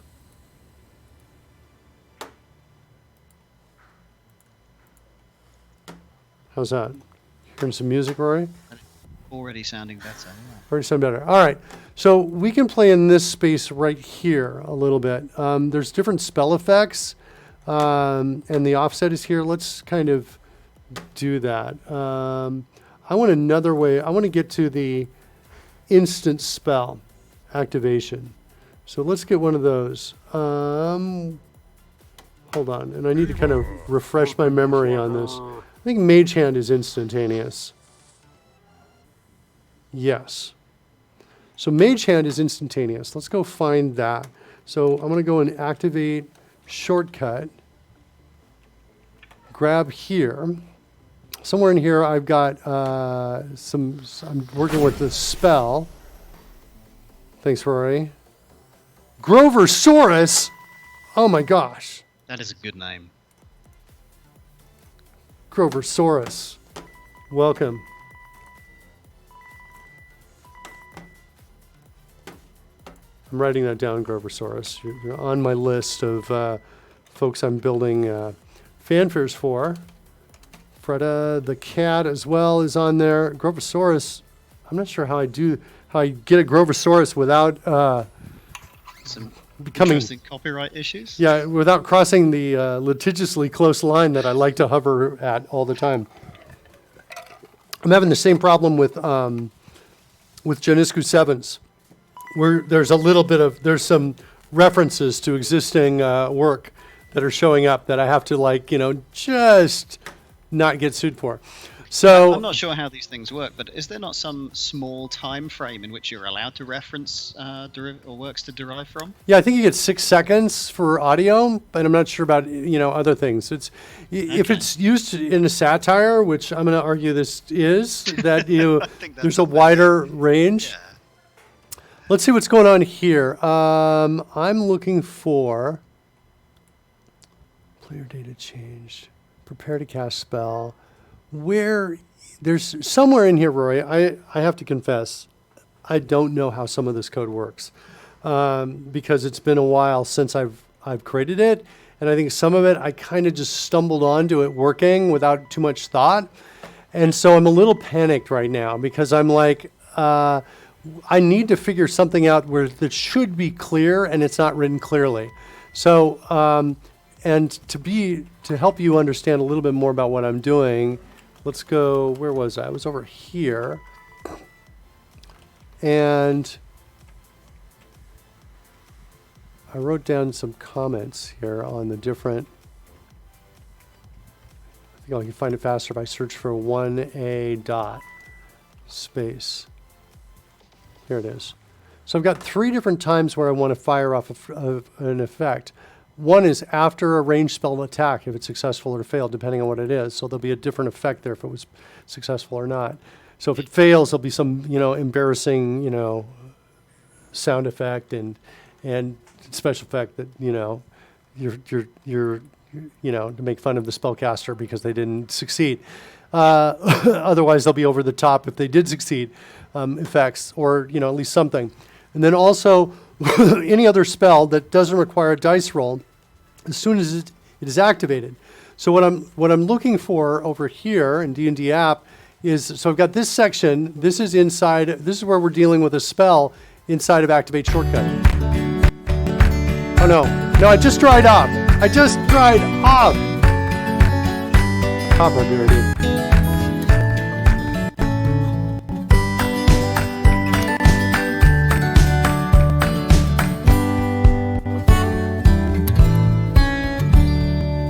Copper Beardy is in the house. Welcome, Copper Beardy. I went to acting school, by the way. I don't know if you saw that or not. Oh, you were so smooth. Was that awesome? Couldn't even tell.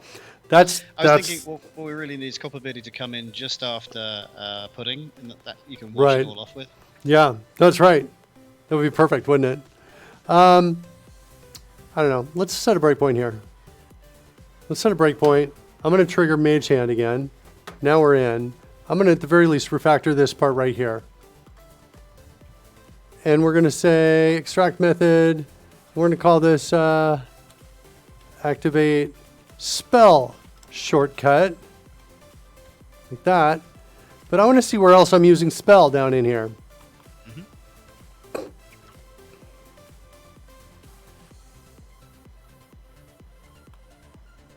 Just there. Just in that other place.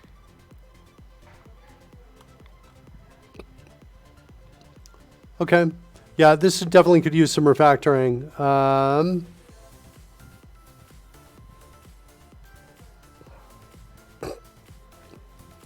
This one, we can maybe grab this part and refactor that to send, what am I typing in? Send shortcut windups. That's better. Already looking better. Then I got this mess and a half down here where I'm setting different controls.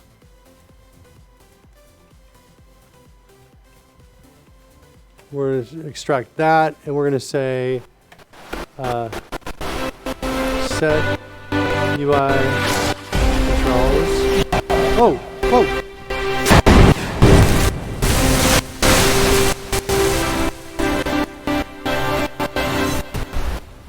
Frackberg. That is commitment to code right there. Mark's so involved in the code he nearly drowned. Nearly drowned. That's right. I want to say set controls from shortcut. Like that. And I'm passing in the spell as well. What am I doing with the spell again in here?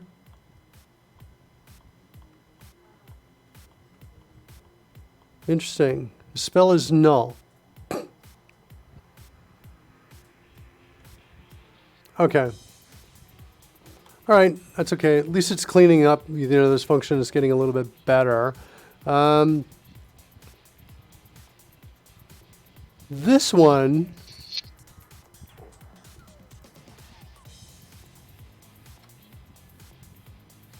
all of this can go in that other method I just pulled out. I'm pretty sure.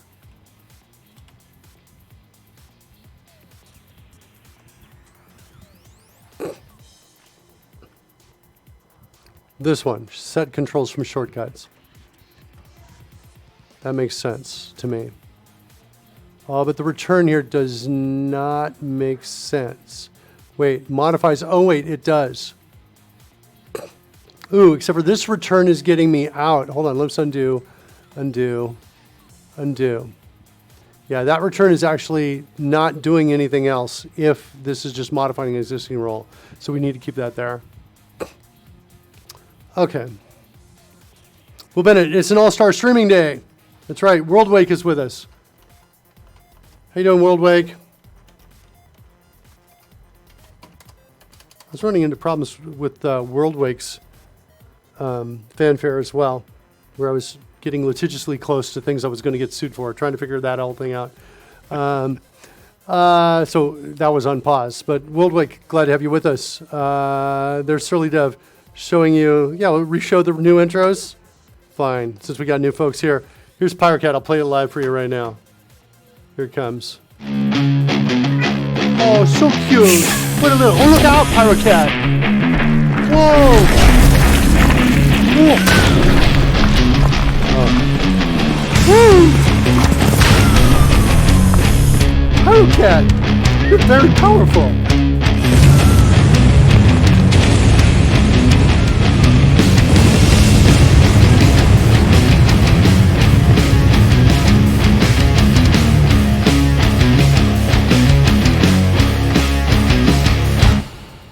I think I was looking like there when I said Pyrocat, but I should have been looking there.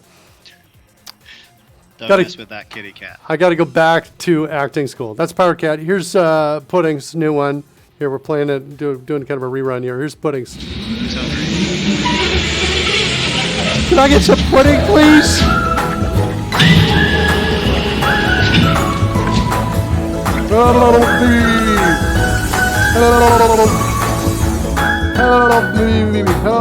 I'm under pudding. Oh, sorry. Pudding. Pay no attention. Watch out, Brenda Sars. Pyrocat is going to burn you up. That is correct. Ooh. Cage match. All the intros v one another. Wait, what are you saying? Cage match? Just imagining all the varying characters. Right. Yeah, okay, so let's see. What are we doing? I don't even remember what we're doing, Rory. We're just chatting. You're doing some refactoring to make the code you're looking at more readable. That's what I'm doing, but I'm like, I want to come in here and I want to see what's going on. How do we know what we're doing on this? It's got no die roll. So how are we exiting is the question. When do we know there's no die roll? And I don't know, maybe it's in here. Should I go ahead and jump in and see what's going on? Spell, no, cast action spell. Ooh, here we're in an interesting place. If it requires concentration, I don't care about that, no. Prepare to cast spell. Boom. Oh, here we go, spell, must roll dice to cast. This is the killer right here. So, here's the deal. This is where we really are going to make our decisions, or most of our decisions. So if we're going to say must roll dice to cast, then we're here. But if we're come down here, then we want to call that spell hit function I've got right here. What does it call it? Show spell hit. Like that. Player ID is going to be action shortcut dot player ID, and the spell hit type is going to be a hit. That's a success. Okay, there's the place that I want to be in. Okay?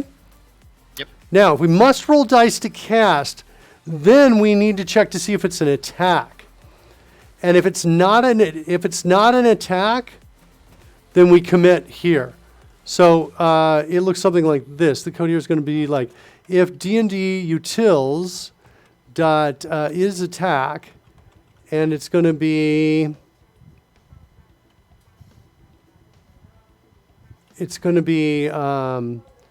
shortcut.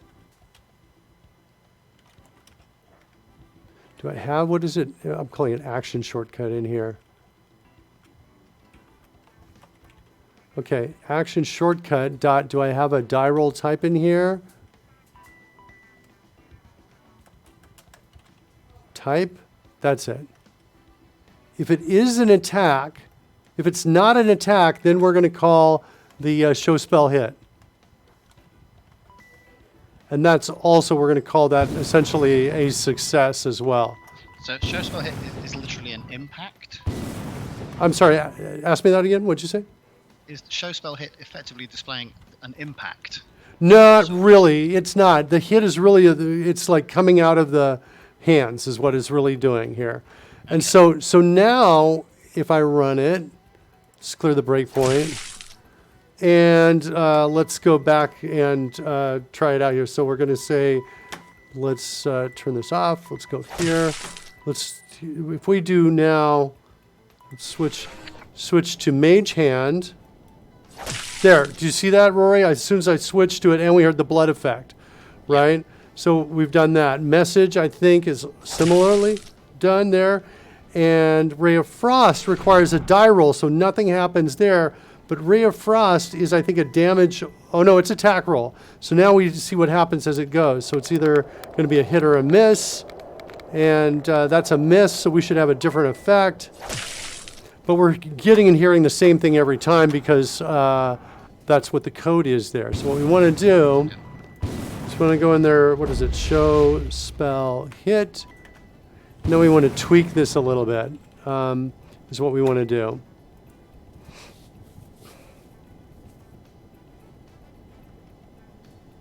I really want a way to find, I thought there was a way to get the horizontal position of the player. Maybe I've got something called horizontal. Nope. Yeah, I thought, I was looking earlier for a player X, is what I thought, that sort of thing. Wait, do I have it in the player itself? I feel like there is some. I'm sure there was. Well, there is in the overlays. I know it's down here, but I'm not sure if it's up here or not. But I'm just now thinking, it's actually, I think it's in the data. It's just now occurring to me. If I open up our data for the players,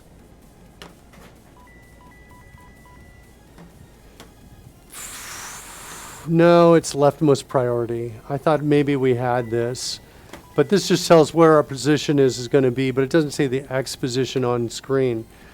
So that's not it. So that's, yeah, I'm going to maybe have to figure out exactly where to get it, because right now I'm just betting on active player every time, which for the most part will work, but it's possible that that won't. But let's do a couple things here. Let's set a breakpoint here. Let's cast Mage Hand again. Oh, wow. Hold on. I just realized I should change the color of the spell to match the school of magic the spell is from. Sounds good. You're like, okay, let me... Charge that way, yeah. Yeah. Hold on, let me run it a second so you can see what I'm talking about here. Let's go ahead into, if we look at, let's just look at spells here. So see the School of Magic, see the color of that icon? Yeah. That's the hue of the this magic. Is the difference between being like a high-level sorcerer and something that's based on earth magic, you know? Yes. I also think that based on the level of the spell or the spell slot that's used, we should maybe have bigger or smaller spell effects. So we should That makes adjust it sense. like that. So so if we cast Bane, for example, we should see kind of a purple or a maroon colored effect. And if we cast Banishing Smite, it should be this color. So I'm feeling pretty good about that. Let's set a breakpoint. But to do it, actually, I'm going to need to close down because I need to change the parameters here. Because we need to send the spell data. So let's go to where we're calling spell, show spell hit. And do we have the spell? I don't think we do. We got the spell name though. We can pop that in there. So let's pass the spell name in there. Let's do the spell name here.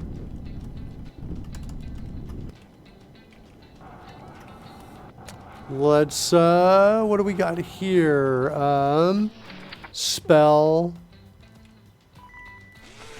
dot name. I guess I'm going to have to ask for it again by name. Is that really the right thing to do? Hold on. I don't think I want to pass in the name.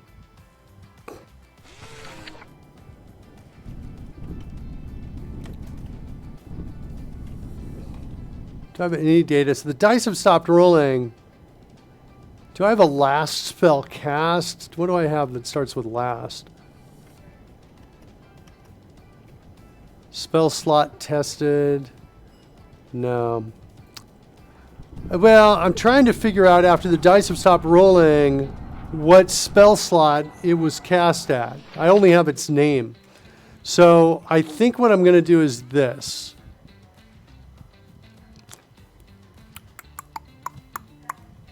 I'm going to create a couple overloads is what I'm going to do. We've got the spell here. The spell is better data. But even the spell doesn't show what it was cast at. Hold on, what's going on here though?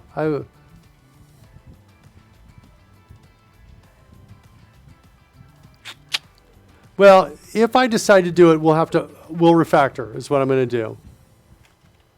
Let's just do that. So I'm going to pass the name over is what I'm going to do.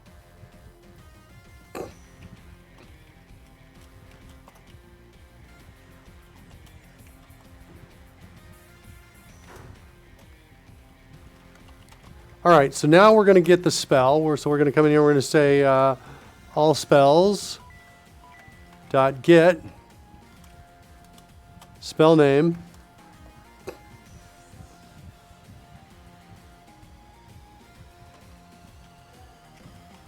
All right, cool. And now we're going to we'll get out of here. And then we're going to come down here and we'll say, School of Magic? Yep. Oh, I got some magic numbers over here down in the overlays that I know about. Hold on a second. Let's go find School of Magic down here.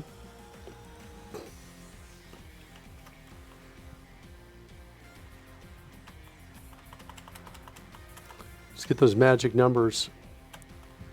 I'm going to have to put them in two places, I think. That's never good. Yeah, but to be fair, one's in TypeScript, one's in C#, and there are two different Yeah. solutions. It's a shame you can't. Actually, maybe you can. Define constants that you use the same file in both places. Well, it's actually there's a few ways to do It this. is. Sometimes, depending on the sort of the nature of the application, we can have the server side render some JavaScript and effectively do it so based on some C#. Or alternatively, you could use something like T4 script, which when you edit the values, it generates both the C# and the TS files. Oh, neat idea. I like it. In the meantime, I'm going to jump over to D&D utils here, and I'm going to put the code there in the C# location right here. So I'm going to say create a method that returns an int that's going to be get hue shift. And it's going to take in a School of Magic. And it's going to return an int. And so we're going to do something like this.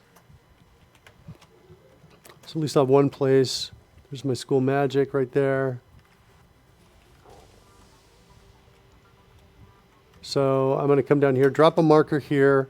come up here, type in R space, that's there, come down here, select that, type in R space, now hit Alt-Shift-Home, cut, Alt-Shift-Home, paste, enter down here, R space again, Alt-Shift-Home, cut, and just kind of repeat this as I come down here, like this. Alt-Shift-Home to swap, cut, R space, and then paste. Just cut. And I'm not even having to select it because it's a number. CodeRushed will grab just the number at the clipboard. Just cut right there. Necromancy is 7.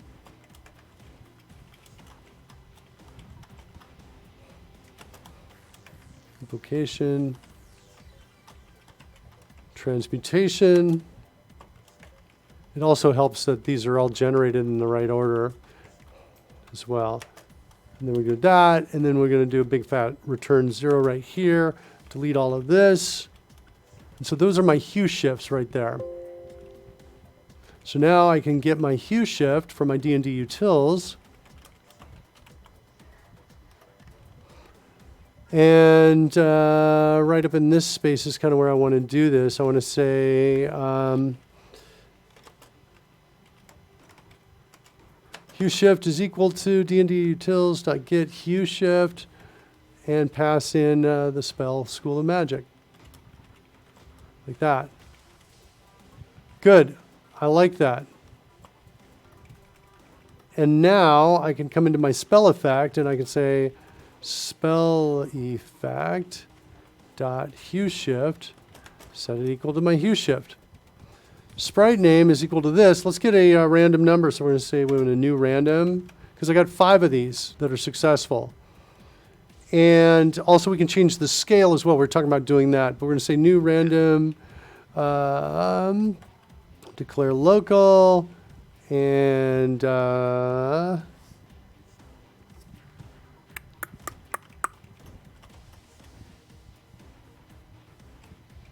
So you're saying there's 5 variations on the animation itself. We're going to pick one of those. yeah, we're going to pick one of those. I also want to lift it up a bit. It's too low. I want It to is lift pretty it up. low. I want to lift it up. We can do that right here, I think, by making this like a negative 30, for example. We'll see what happens with that. The other thing we can do is we can give it we should be able to give the effect a rotation. Can we do that? Ooh, we cannot do rotation yet with these animation effects. We added rotation after we added the animation effect. But I want to be able to do that. I want these things to also sometimes go like, shoo. And I was thinking it would be cool to be able to scale them down and have them left and right like they're coming out of my hands, right? Like I'm shooting, Yeah. you know, like that.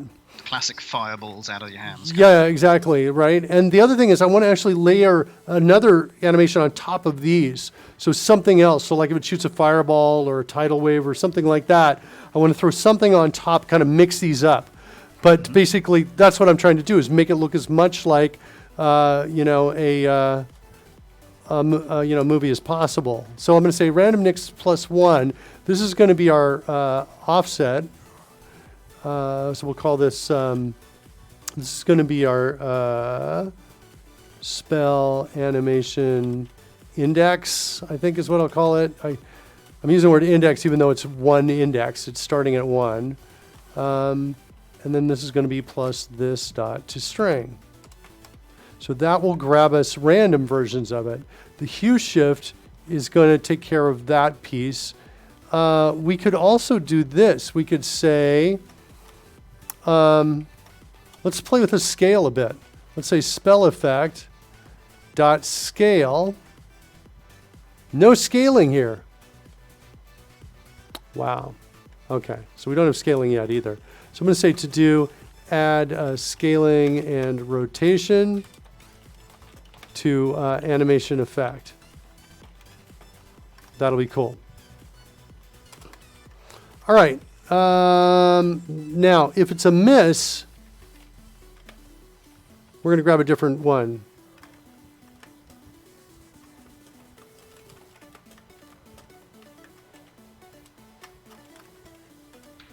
If it's a miss, we're going to do something different. Otherwise, we're going to do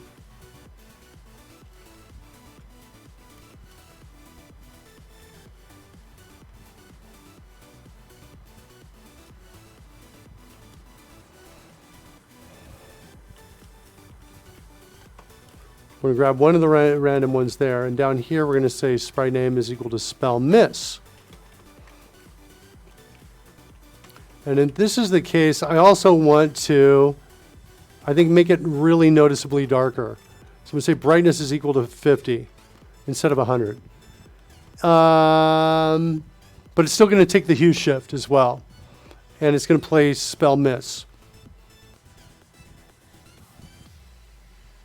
And I think we can take out this sound effect. We're going to add success or fail sound effects. And I think those. So, go ahead. Do the spells as listed in the data have their own sound effects, rather than just the piece for the success of casting? They should, but I don't think they do yet. But they should. So ultimately, we'll have the attempt at the spell, which will result in either a success or a fail sound. Right. In the event of a success sound, the casting will happen, followed by the effect sound. Yes. Now I have this inside of, I have this inside of the spreadsheet right here. So I've got a hue 1 and a hue 2, because I was thinking I would specify it in that way. But I'm not so sure about how I'm going to do this yet. I'm liking the idea of using the hue based on the character's class. Well, but I was also liking it based on what it was doing. So if it was a fireball, I was going to make it kind of orangish in color, the effect. And if it was tidal wave, I'd make it blue in color. But now I'm playing with the spell. So maybe we'll do this. If these are specified, we use these, and if they're not, we go with the School of Magic. Okay. And then, but if these are specified, they're overridden. This is the hue of the casting success animation rather than the later effect animation. Yeah. All actual fireballs will, well, assuming fireballs, will be kind of yellowy orange effect. Right. But the sort of build up, if you like, almost the wind up. Yeah. Post success wind up, if you like, is going to be based on a hue that's specified here, or defaulting to the School of Magic hue. Yeah, so here, let's see what it looks like. If I cast message, I didn't see any effect. Oh, wait, because I'm on a breakpoint. Let's run it. Okay. That was quick, and it seemed down, lower than I wanted it to be. What's going on with the minus 18? It's as if I've reversed the minus 30. Is this really what's going on? Does it need to be a positive? Let's try positive 30 and run it. That looks even lower. That was even lower. That's what it looked like to me. All right. Let's make it minus 100. 30. That's higher. Better. Why are these so low? Make it 230. Better. Why are they so dark? Why is the brightness... I don't understand. The brightness should totally be at 100 is what it should look like. Definitely not a miss.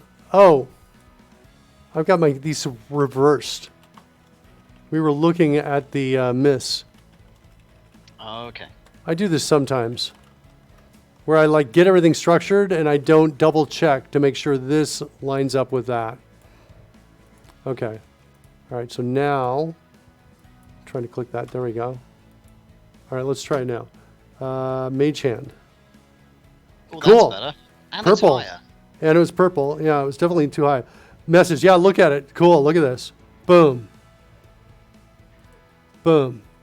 So it's way too high. Let's drop it down a bit.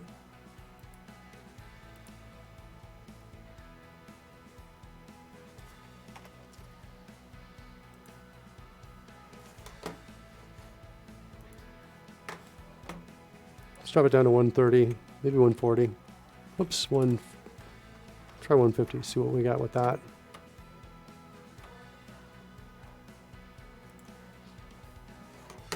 All right, message. What's wrong? Why am I not seeing anything now? There's one. Okay, there we go. Okay, there we go. Yeah, couple that with a sound effect, and I think it'll be cool. Yeah. All right, cool. A ray of frost. And so ray of frost requires a die roll. So we roll the dice, and now when we determine success or failure, you should see an effect right here. Delivering a world Boom. hurt. Yeah, and it matches the color of the, which I kind of like. It's good, yeah. Chaos Bolt.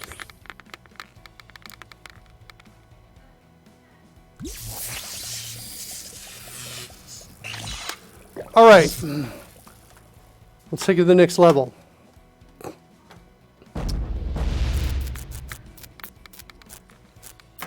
And we don't have our miss yet. We should look at the miss on this.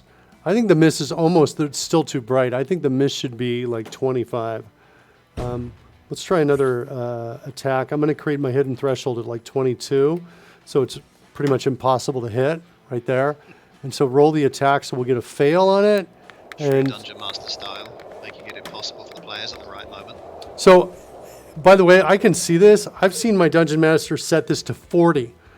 I've seen him set it to 40. And sometimes when other people are playing, I'm like, what are you doing? Now, when we play the game, I'll make it so I can't see it unless I need to for debugging reasons.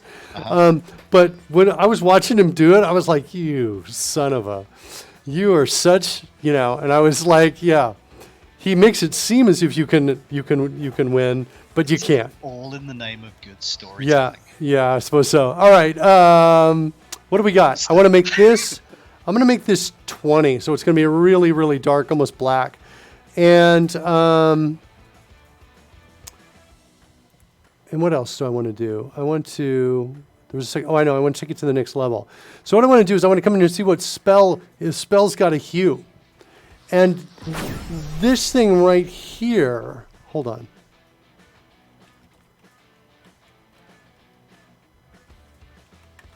Boom. Bear with me a sec. I know this is going to maybe stress you out that I'm copying this code into two different places, but I have a reason to do it. Well, actually, wait. Let me not do that. Let's get this, and let's introduce a local for that, and we'll build this up above. So at least we won't stress out so much here on that. We'll call this target. Pop this up here. Now I'm going to go there, and that's good. And now,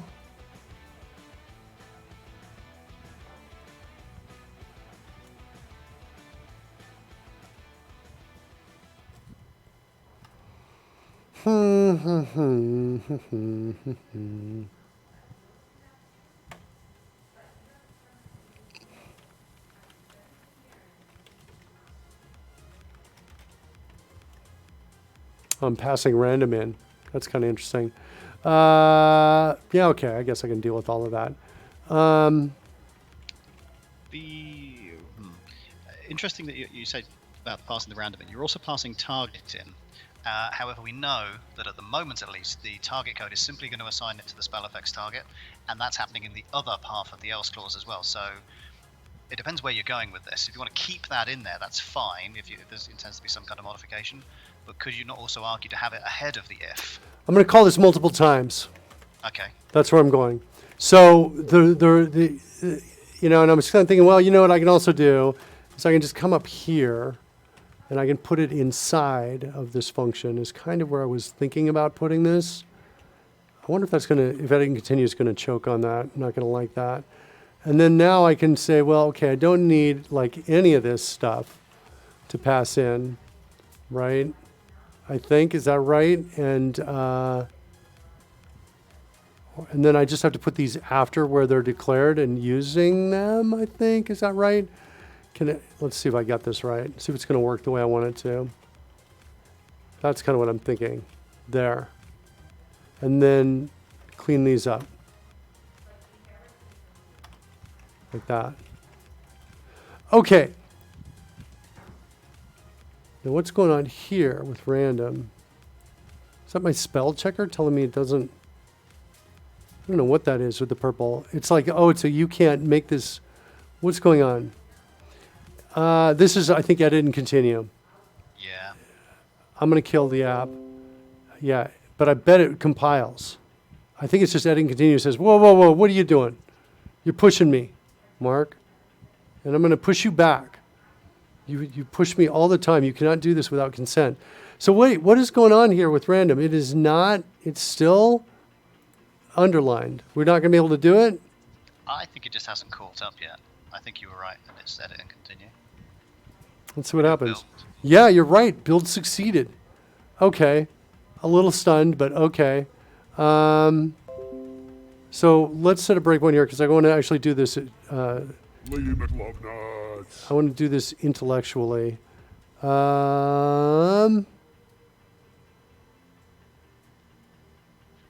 Spell hit, hue shift. Oh, we got a problem here. We have a problem. Let's kill it again. Yeah, we're like, even as of a second ago, we still had that underline there.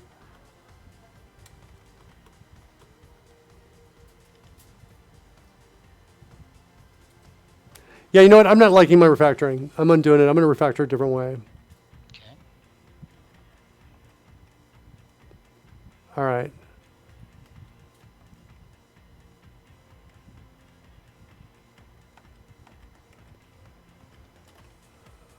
Okay. So I'm pretty good up to here with my target. And I think what I want to do is I want to do this. I want to say, hey, add a spell effect. And I want to pass in my effect group. I want to pass in this, my hue shift, which is going to be here. And my brightness is what I want to do. That's what I want to do. And my target.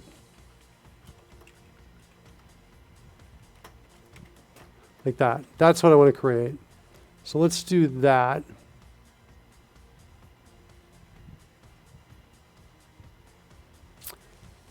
Almost.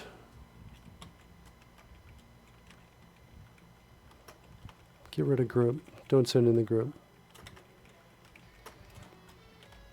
Like that. That's what I want.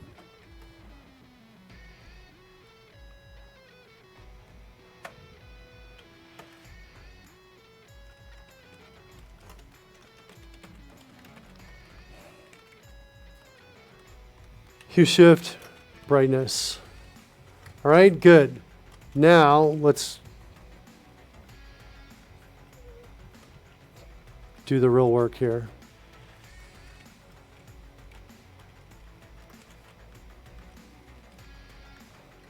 So sprite name, hue shift, spell effect dot target is equal to target. Spell effect dot brightness is equal to brightness. Using all those parameters, excellent. Let's return it. What are you thinking, Rory? I like it so far, yeah. Okay, so we're going to kill that. Much better, right? Yeah. And now we're going to come down in here. And we're going to say this, and we're going to say... do I have like a math dot? Do I have like a my math? I have math utils, I think, is what I have. Right? Yes, I do.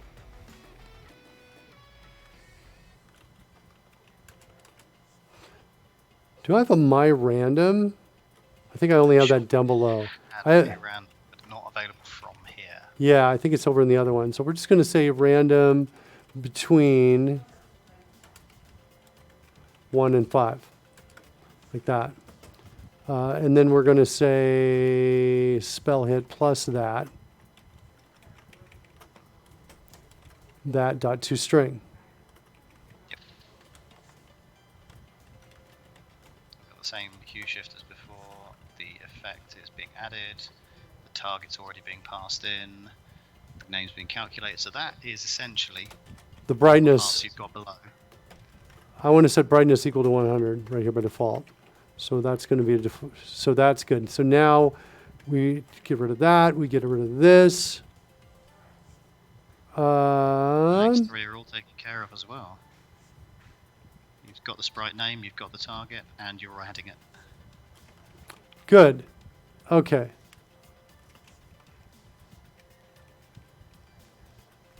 All right, let's go declare this.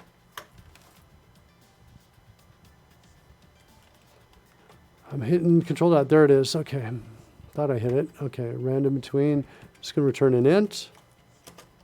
And we're going to say this is going to be my min. These are inclusive values, and this is my max. So we're going to say something like our delta equals max minus min plus 1. That's how many different spaces we get. So between 1 and 5, 5 minus 1 is 4. Add 1 to it, 5. There's 5 spots right there. And then we're going to say, I want to create a static random right out here is what I want to do. So random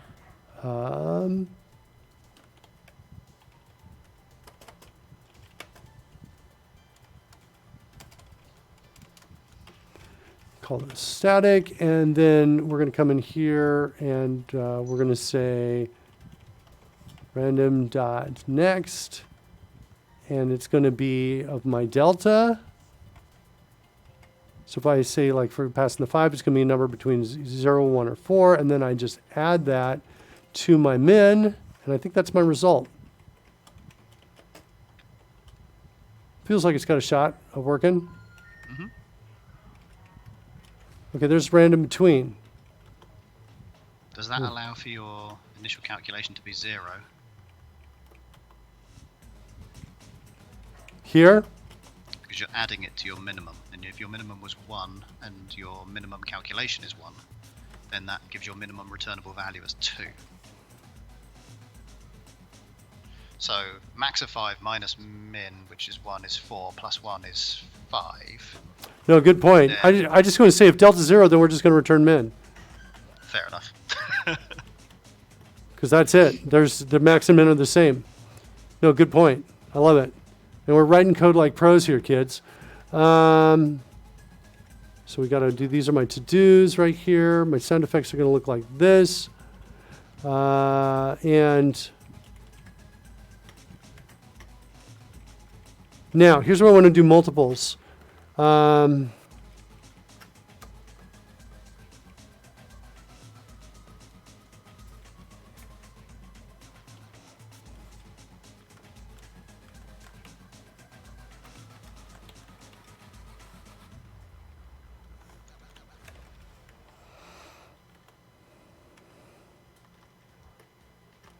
Okay, cool. And now what I want to do is this. I want to say, hey, look, if spell dot hue1, what is this type, by the way? Is it a string? Okay, good. It's a string. So we want to do some processing on this. If it's not white space or null, then we're going to add the spell.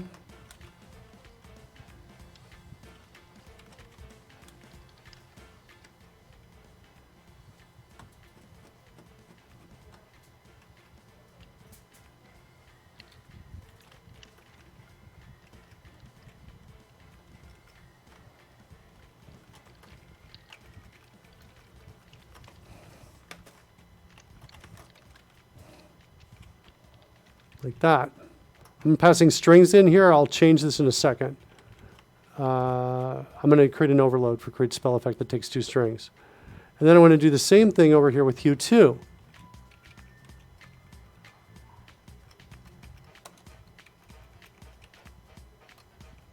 You got to go, Rory. Being a little subtle as possible. However, yes, I'm afraid so. All right, buddy. It's been a while, so I was really quite enjoying this evening. This is good. You definitely get it. I love the refactoring. I love watching functional code be created for a start, but also when it gets easier to understand as you move through it. Yeah, as you the refactoring process is just great fun. It is. Thanks so much, Rory. We'll see you tomorrow. All right, mate. We'll do indeed. All right, Have buddy. a good one. I'll see you then. Bye. Bye. Okay. So now we're getting these strings coming in here, and I want to come in here and I say return this, and I want to pass in sprite name. No. I think we might need to restart. We may have lost some signal out here. Target. Let's call these strings up here. Let's call this shift stir, brightness stir.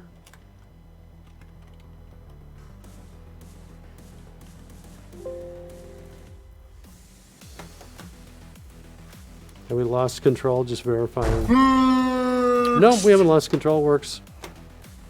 I think. Okay. Now we got to get pass in hue shift and brightness.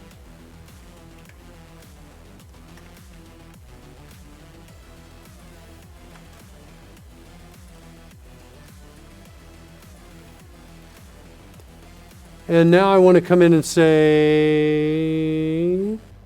if not,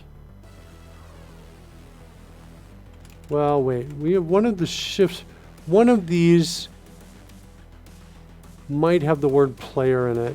We're supporting that, I think, somewhere else. Nope, I don't see it here, but I've seen it elsewhere. Features, no. Spell effects, not there. Trailing effects, there it is, player. That's what we're looking to support. So we're going to say if hue shift string equals player, then we want to grab the player's hue color.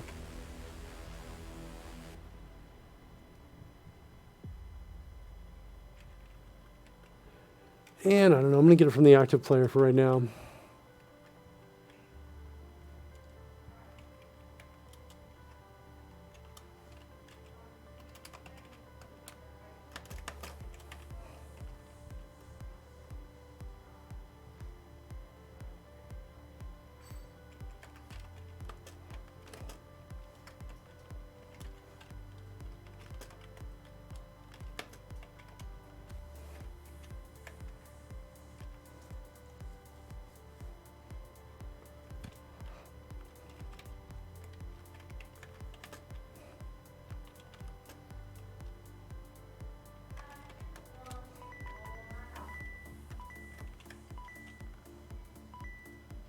Yeah, I think I put in one too many O's.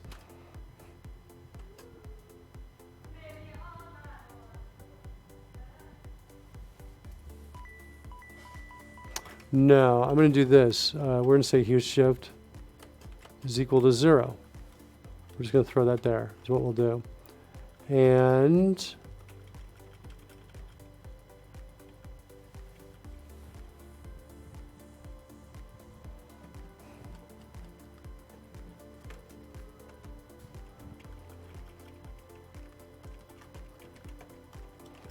do the same brightness. Actually, I should be able to. No.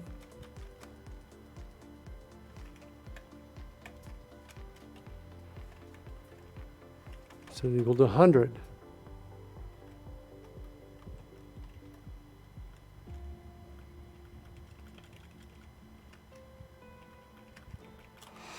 Okay.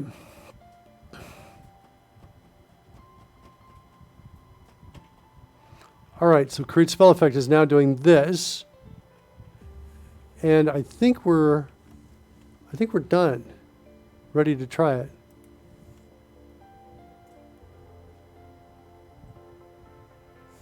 I'm suggesting we inline this right here.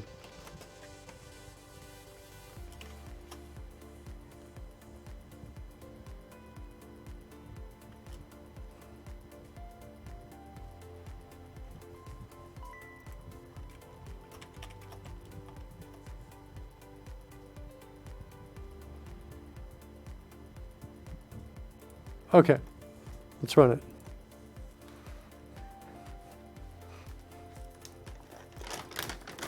Gonna have some macadamia nuts here, kids, while we're starting this up.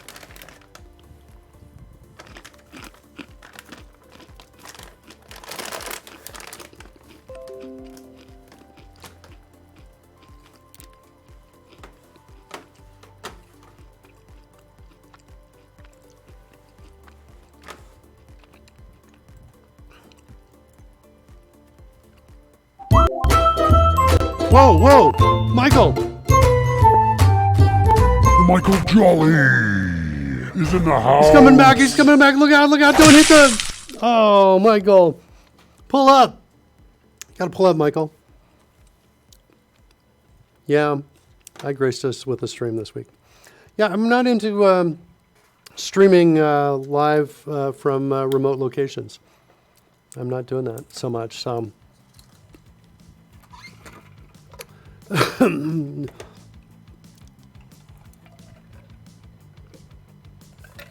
All right. Here we go. Let's test this out. Birkin Bushwhacker. So Chaos Bolt, like that. Chaos Bolt, as I recall, had some color effects that we defined.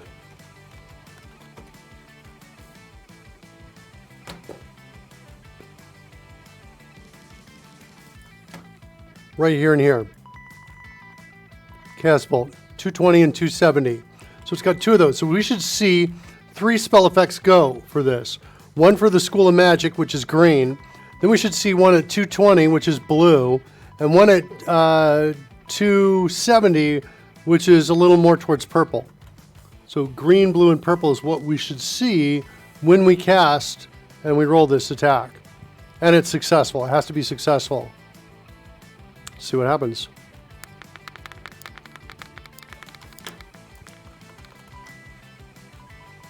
Not successful. Okay, let's try again. Am I at a breakpoint? Or at our miss breakpoint? Let's hear it. Let's watch it. I did not see it. But I bet it'll work. It's just that I think it's not working so much with the breakpoints. I think. It's a wild magic check. Okay, let's roll it again.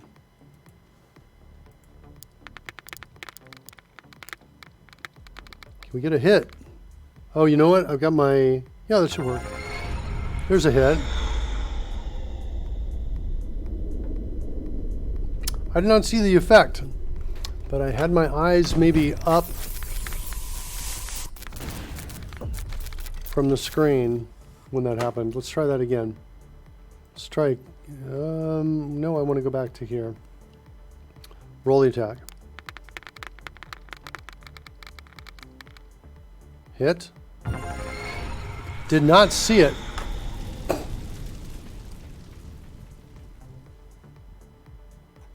What's going on there?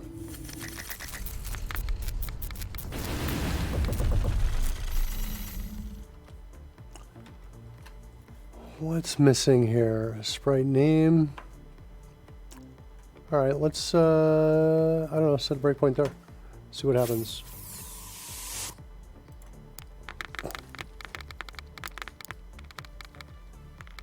Okay, there's a hit.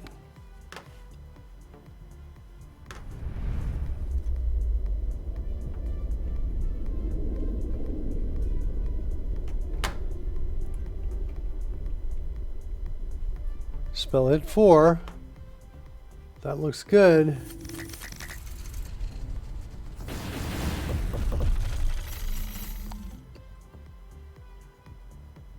Brightness and hue shift are looking good too.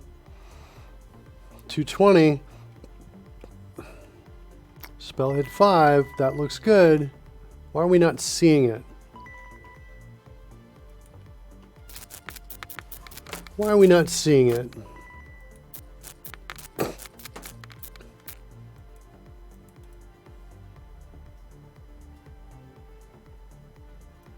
Let's refresh the cache. Send the data over one more time. I'm not getting why I don't see that.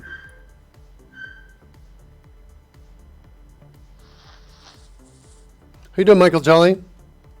Yeah, I was at Dev Intersection. That is correct. I was over there. And so, yeah, because I would like to have... Roll the attack. Here comes Chaos Bolt attack. That looks like a hit.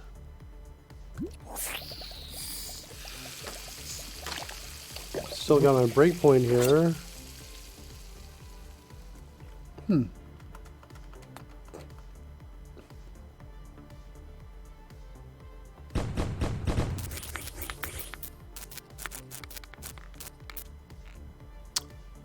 Let's set a breakpoint again. Let's get that sound effect with it at least this time.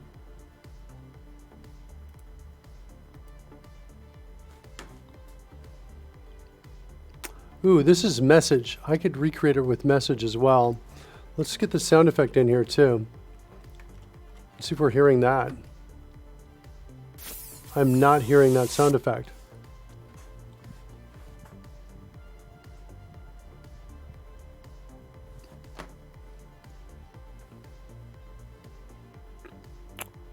I'm feeling a signal R issue. Is there enough to justify that? When I select, yeah, maybe not though. I don't know if there's enough. I feel like if I restart, this is going to work. But if I select like Chaos Bolt, we're seeing on the front overlay the effects from Chaos Bolt, which means Signal R is sending it to it. Michael Jolly's Peachy, getting some 2020 roadmap work done while I listen in. Yeah, I have to work on that as well.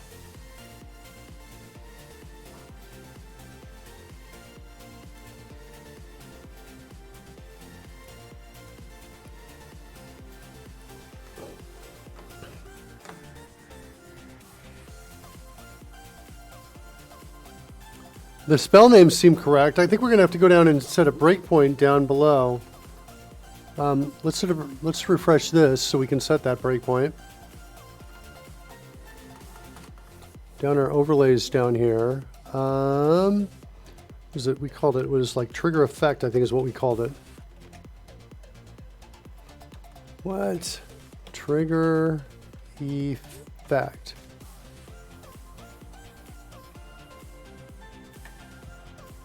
That's the one I want.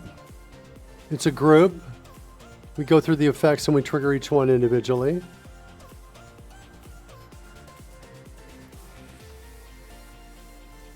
Set a breakpoint here, see if we get here.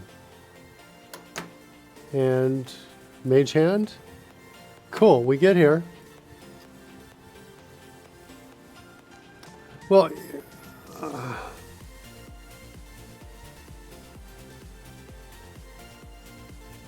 let's set a breakpoint here, make sure we get there. We get here. Trigger animation. Let's just step through this and take a look at it. We're expecting to get down here next. Ooh, we didn't get there. Sprite name is empty. What? So not a Signal R problem, it's a data problem. Create spell effect, sprite name, create spell effect, sprite name. Why isn't it working? What's going on? Let's, here we go, spell hit 5. Oh, I see what's going on. It's not the name, it should be the sprite name. Looks like when I was refactoring, I let that slip. Okay. That's going to fix it. Run it. All right. Let's go back over message. There we go. Mage hand. Good. Now we don't need this obnoxious sound effect anymore to tell us it's happening. We'll get a better collection of sound effects for that. All right. Next, run. The other thing I think I want to do, I think I want to have a slight delay on these. I think I have the ability to trigger. Yeah, we added this before.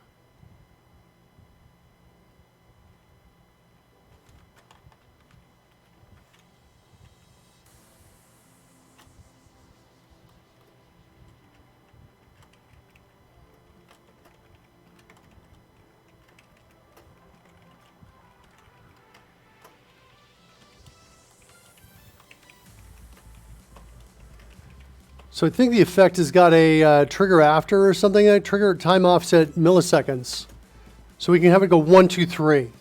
So let's have this about 400 milliseconds after the first one. And let's make this one come in at about 200 milliseconds after the first one, if we have those two in addition. So we're going to run it. What? No, no, no. Okay, wait, hold on. This is okay. We're okay. Like that. Okay. So now we've got these offsets. Let's come back in. No, wait, let's just trigger. Trigger mage hand. Message. Now I'm not, wait, there we go, hold on. There's mage hand. Message, cool. And now I want to, let's do chaos bolt. Here's where we'll trigger the multiples and see what happens here. After a success, here's a success. We should see it fired right in front of me.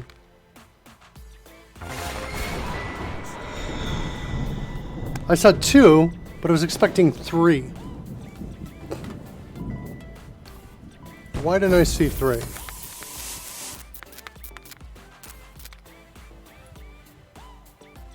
Let's roll the attack again. That's a miss, so we should see the darker one. I didn't see any dark one at all. Oh wow, I'm down here. That was a miss, wasn't it? Or maybe not. Maybe it was a success.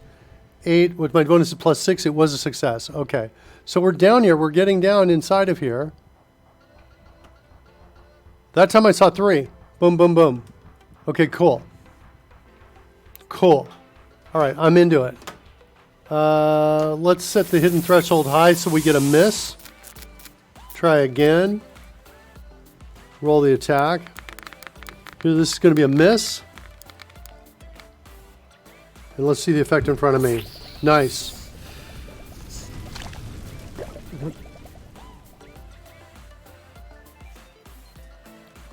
Groversaurus, so glad to have you with us today.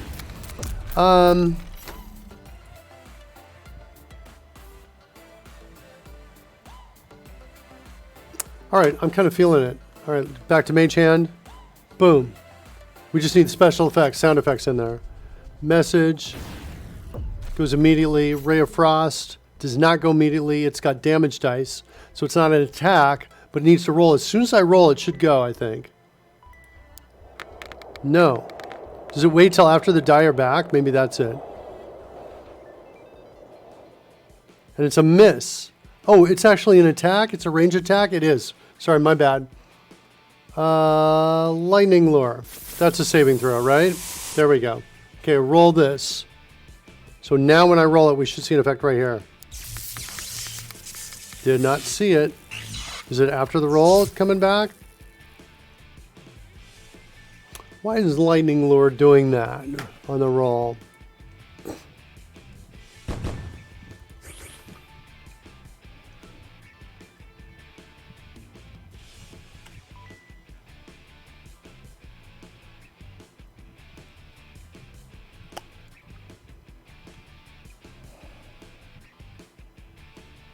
This is where I'm expecting to get when I activate Lightning Lure. Right here. I am getting here. Show spell hit. Why am I not seeing it? I just saw it that time. What's going on? Chill touch, lightning lure. Now I'm seeing it. All right, so let's have some fun with lightning lure. Let's come over here. Let's go find the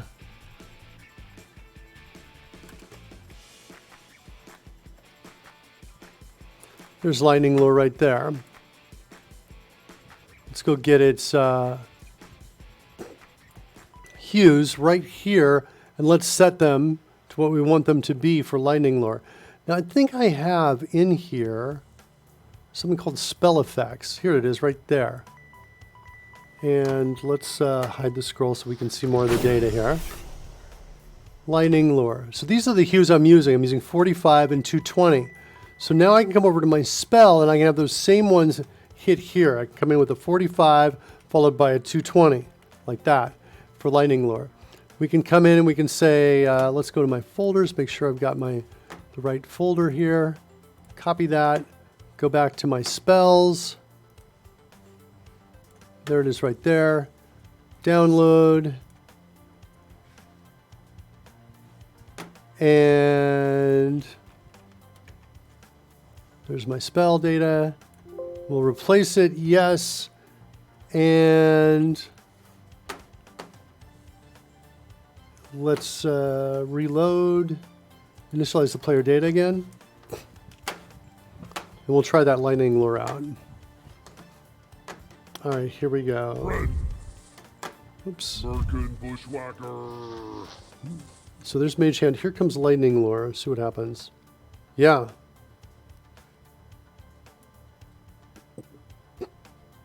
But what's weird is that should happen only when I do the die hit, not when I switch to it.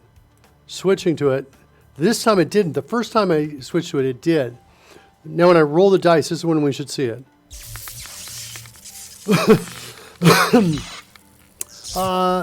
That's not good. Got a trigger activation bug in here. There it is. As soon as I fire it, it's firing. That doesn't make sense to me. Boom. First time it does it. Second time it does not. Great. And then roll the dice, nothing happens. So that part's reproducible. There's Mage Hand. Switch to Mage Hand. Coming back to Lightning Lure. This time I think it does it. Away and back again, and it doesn't do anything. Away and back again, and it does. Yeah.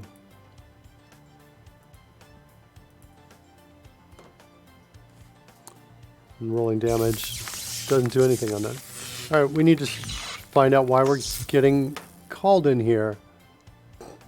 Is it here that we're stopping?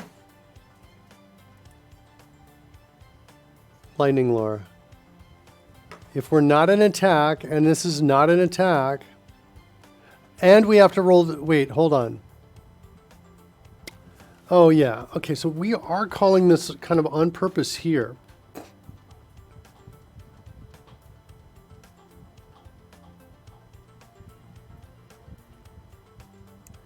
If we have to roll the dice anyway, I think we want to wait till we are rolling the dice itself. I almost want to say we don't want to be here. And I want to be somewhere else when we are rolling.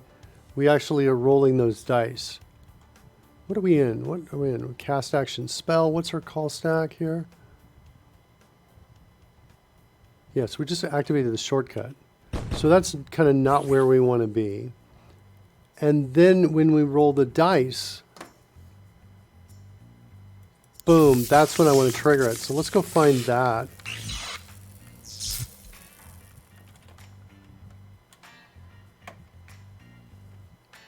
Roll the dice here.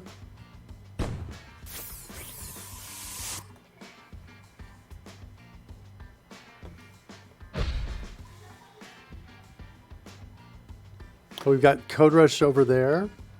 Hold on, let's dock a second.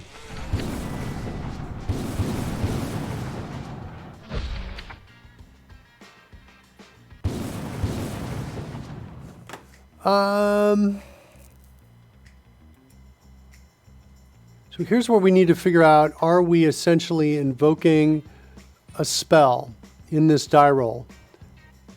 And it's not an attack, is what we're looking for. That's kind of what we're looking for there. So I've got, so let's see here. Mage Hand, there's the effect. Lightning Lure, no effect. And now I roll the dice. As soon as I roll the dice, I'm committing to it. Here's where I want to check that. So I basically am looking for, so do I have any data in here? Do I have a spell in here?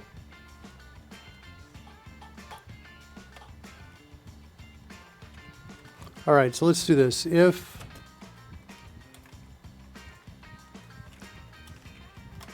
we got a spell name that in our die roll, then we're going to go get it.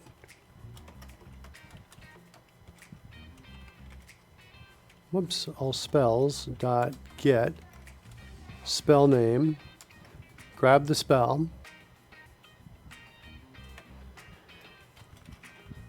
And then we're going to come in and we're going to say, hey, if not null, then we're in here now. And then we're going to say,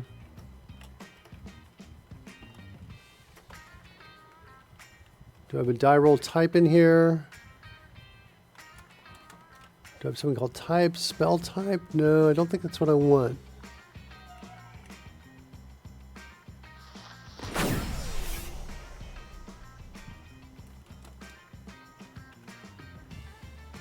So I've only got two things, spell type and range type. Not what I'm looking for, either one. How do I get the die roll type from the spell?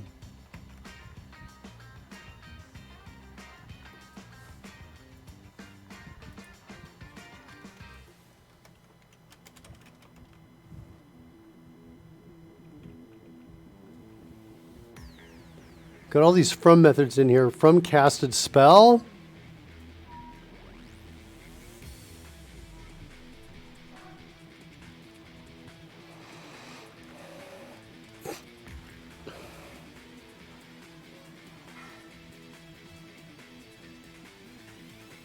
That's not what I wanted. I wanted the other, hold on. I wanted the other from methods.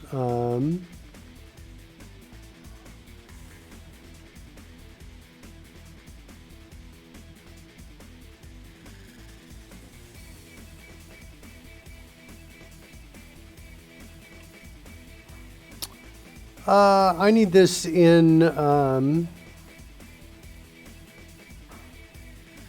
player action shortcut. From action, from casted spell. Nope, nope, nope. I thought it was like from spell. From spell. There it is. That's what I want. Okay. This is what I want to look at.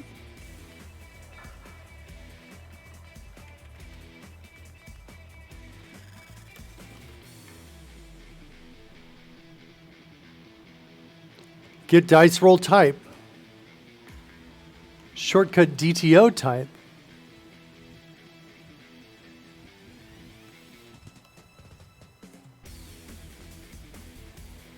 Well, how am I getting the shortcut DTO?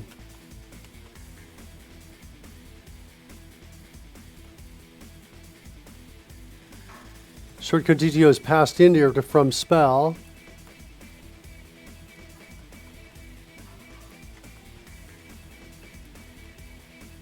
So it's spell casting time, DTO. Hold on, what's going on here? Die roll type to string.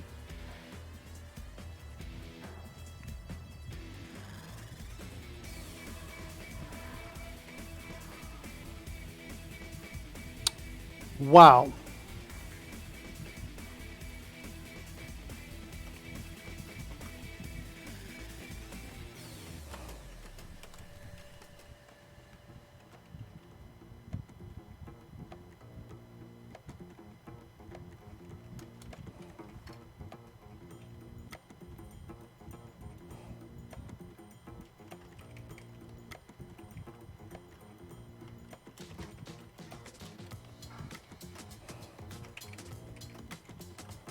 I'm going to do that.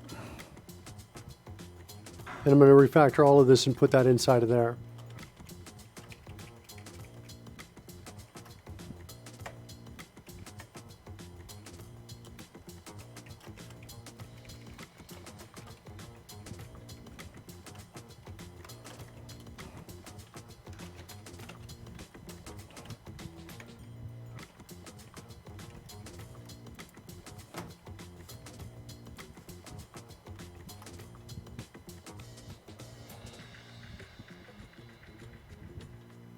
Okay, so get dice roll type stir is here.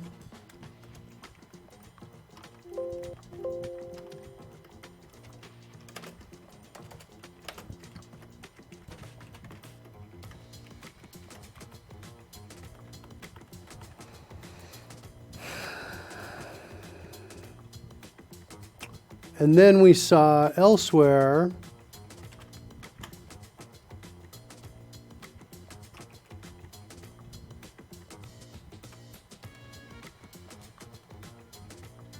get dice roll type on that, which is here. And I'm going to need to, I think, make this public, which is going to kill my edit and continue. So I'm going to shut it down. And now, let's see if I can hit escape to get back to where I was.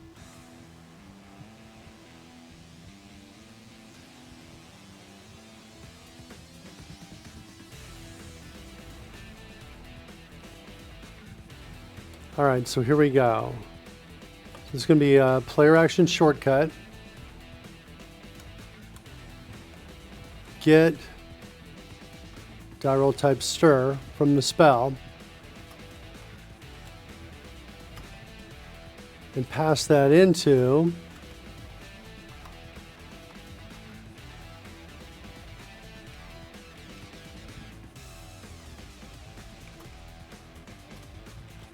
that.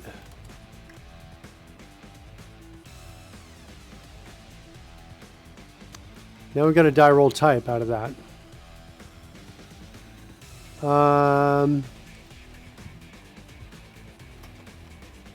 If it's not an attack and we're rolling the dice, and there's also one other component to it. If spell is not null and spell dot something that sort of required, not requires, must roll dice to cast. And we're not an attack. Then we can do this. And does dice roll have the player ID? We're not really using it right now. I don't think it does.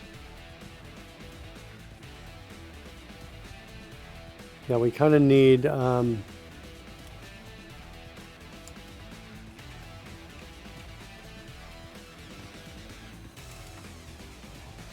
like this. So we need to check to make sure our player role options is equal to 1.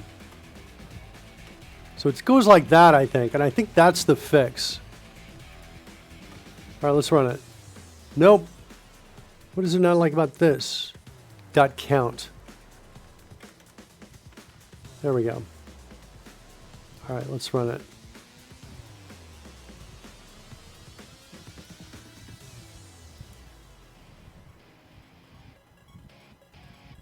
Kent, is it running? What's it doing here? Pudding says, have a great afternoon, Mark and chat. It's teaching time for me. All right, Pudding. Thanks for being a loyal, regular member of the show, Pudding. Great to have you here. I love your new fanfare. And we'll see you around. All right. Looks like we're running. Initialize player data.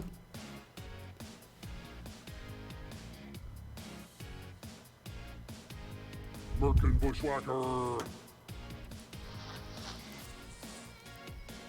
Let's do lightning lure is I think the one we wanted to check. So there's lightning lure, no effect, but now when I roll the dice, we should see the effect. Boom. Nice. And when we saw the colors there. Nice. I like it. Cool. Mage hand. We should see it immediately. Did not see it. Message. Message and mage hand. We should see it immediately in both cases. Oh, wait. Hold on. It's this. I see it there. Okay. Will Bennett says, Mr. Announcerbot should have a goodbye song that we can trigger when Rory and others leave. Yeah. I agree with that. Sad Panda! That's the closest we've got. I agree. We need a goodbye. We need a goodbye song. We need some songs.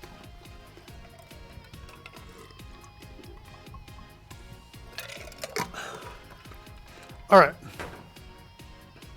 What's going on with Mage Hand and message? Message.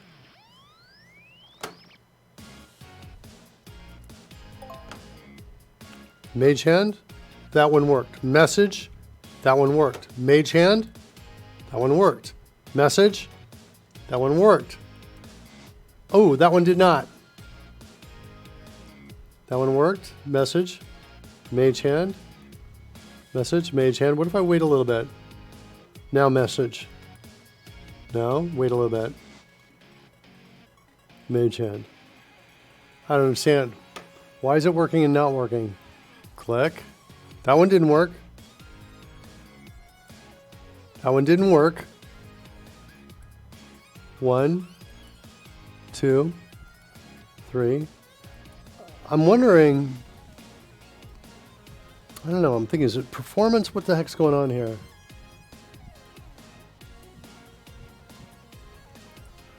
All right, I want to send some, yeah, okay. Lightning lure. Roll damage. Spell effect. Spell effect's working, looks pretty good.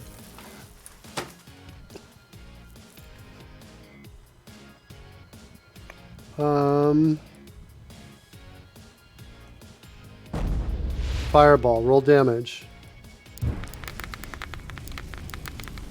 Fireball.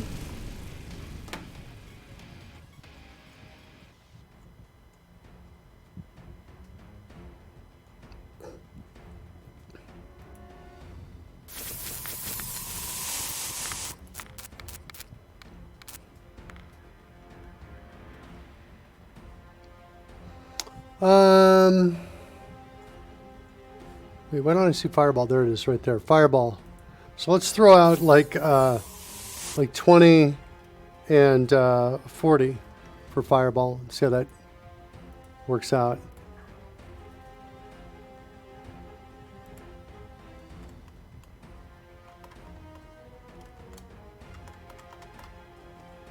Let's see, Fireball. Does it reload it? Yeah, it does. So I saw only one though, and not two additional ones.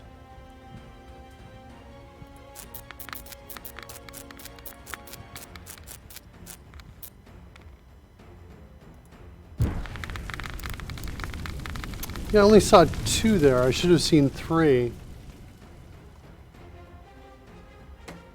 Should have seen both of those. What's cool is it looks like the auto reload is working. So all I have to do is do that and then fire off Fireball again. Let's try it one more time. Fireball. Roll damage. Yeah, there we go.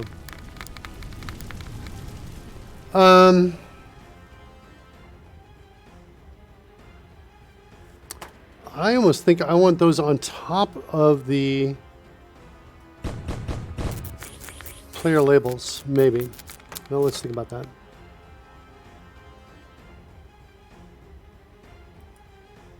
Dragon's Breath. Lightning. Ooh, this is kind of cool. Dragon's Breath.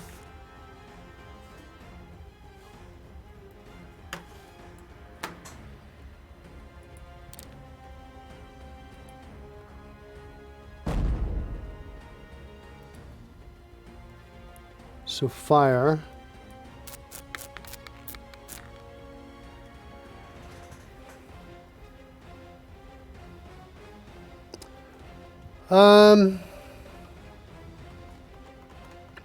So I kind of want to do something interesting here. Let's go find Dragon's Breath.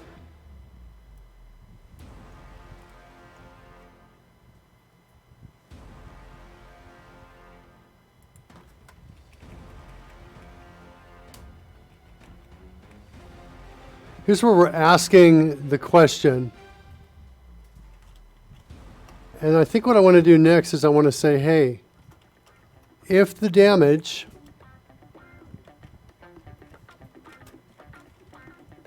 hold on, let's hide the scroll so we can see the code.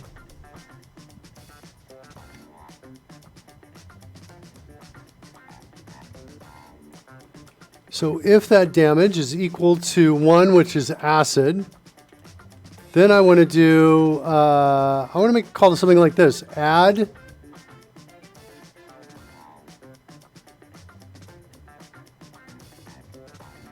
spell cast, add spell hit effect, add spell hit is what I want to send.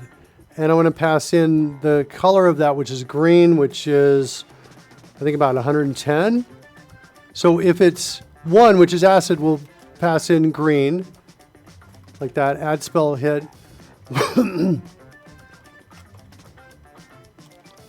Else, if it's equal to 4, which is cold, then we're going to send over cold, which is going to be, I don't know, I think I need an image editor up here.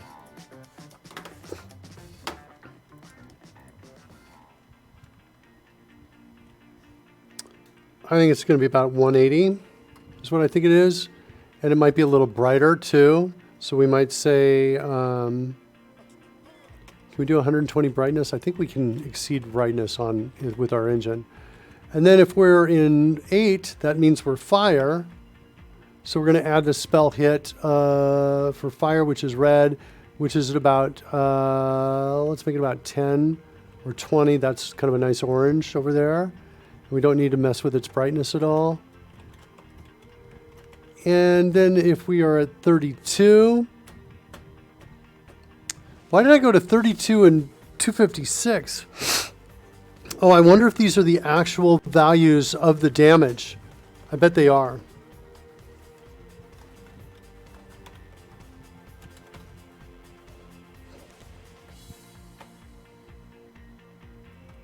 Nope. Not what I'm looking for. Looking for an enum.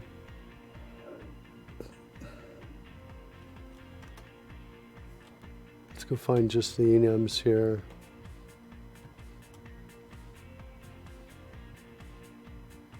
And no members. Damage type. That's what I'm looking for. Yeah, I'm just grabbing the exact numbers here. So cold is there. Fire is 8, lightning is 32. So I'm just getting exactly the right damage type there. Okay, that makes sense. You go, Michael Jolly, you got to fight for your right to fight. Trust the Beastie Boys to come up with that. I love the Beastie Boys. They're like, I get some of my best, I feel like my personality is modeled after, Ernie and Grover and Shaggy from Scooby-Doo, and Animal, and Beastie Boys. That's kind of like, I'm the combination of those personalities right there. So if Dragon's Breath is equal to 32, which is lightning, so we're going to go in the blue, kind of need some blue out there. We're going to say, actually we want to add 2 spell hits here. We want to say, one is 220, and the other one's at, I think we said 45, which was that kind of yellow. So that'll be our lightning. And acid and poison are going to kind of be the same, I think, but I'm going to go ahead and I'll specify them differently out here. If we're 256, then we're going to get some poison. And we're going to call this, just let me scroll up here so we can see this. Sorry about that, guys. Right here. Poison is going to be green, so I think it's going to be like maybe about 160, 140, maybe something like that. 140, like that. So now we've created this add spell hit. And it doesn't exist yet over on our side. So we need to add that. So I'm going to kill our app right here. Whoops, not there. I want to kill it here. And let's go over to our D&D core in our functions. Let's grab one of these here and let's just duplicate this. So selection increase, duplicate line. We're going to call this add spell hit is what I think we're calling this. And the args can be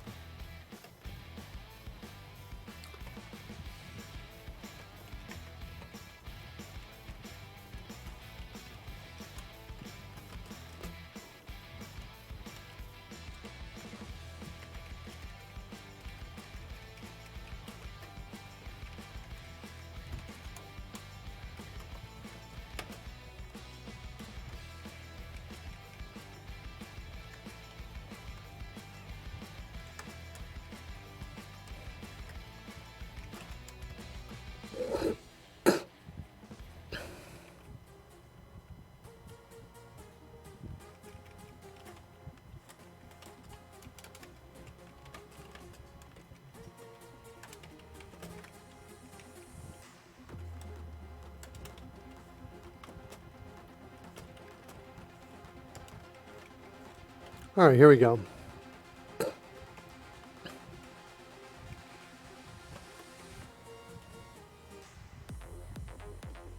So now we can have one or two arguments in here.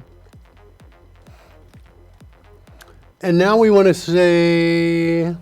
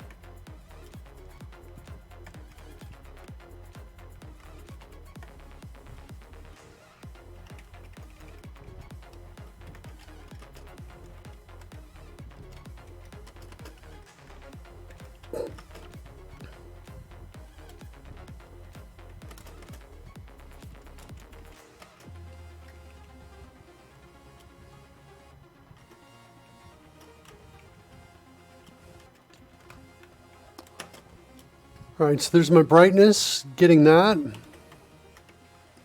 Then we want to pass this in here. All right, so now we're building this element for the script. We're going into player. And now I want to, let's kind of create a queue here of a class called spell hit. I don't think I have anything else called spell hit yet. And we're going to have two properties inside. It's going to have hue, and it's going to have brightness. We're going to default that to 100. Let's create a constructor for it. Well, interesting, because this isn't initialized, CodeRushed doesn't want to give me that. Let's try again without that. And then we'll get that. And then let's come up back up here. We're going to set that equal to 100 anyway. There's my spell hit. Let's move that type to its own file. Let's get back out. And now inside of my character, let's create a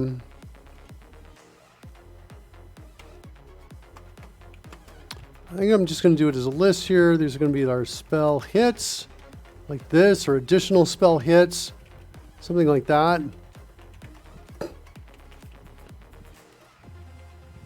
We're going to ignore these.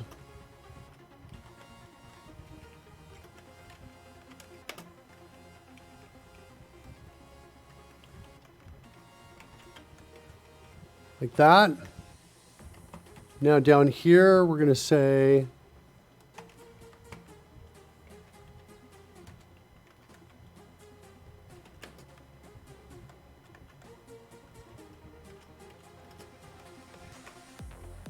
all right, so there we're adding the spell hit right there. Next, we need to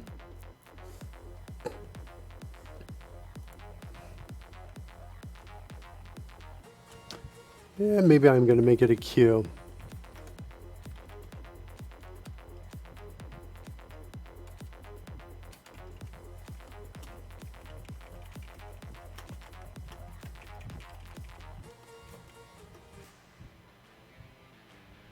Okay, next I want to come back over here.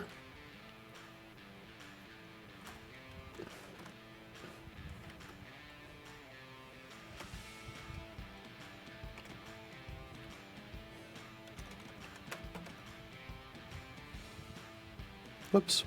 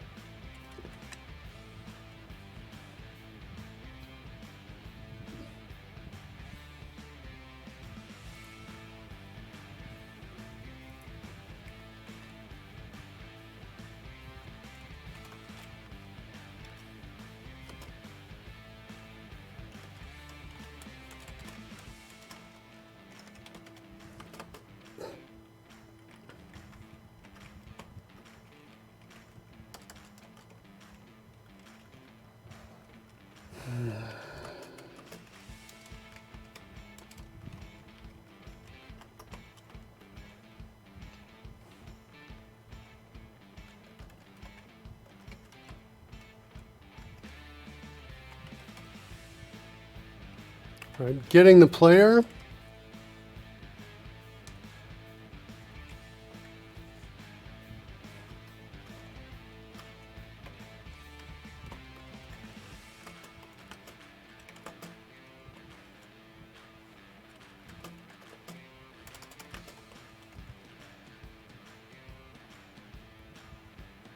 No, that's not what I want.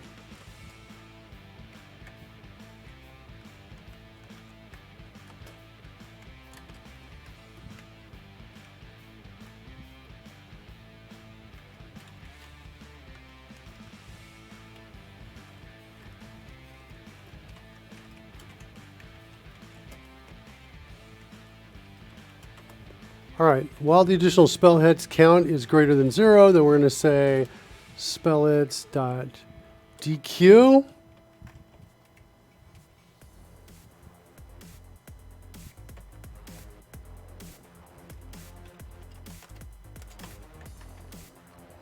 And then we're going to say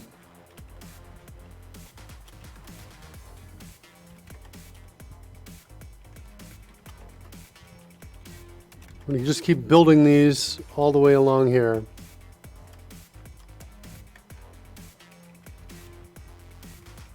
And now the hue here is going to be spell hit dot hue, and then spell hit dot brightness, like that.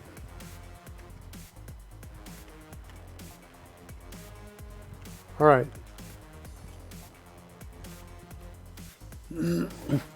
Okay, so what that should do then, all of that code, plus we need to download this.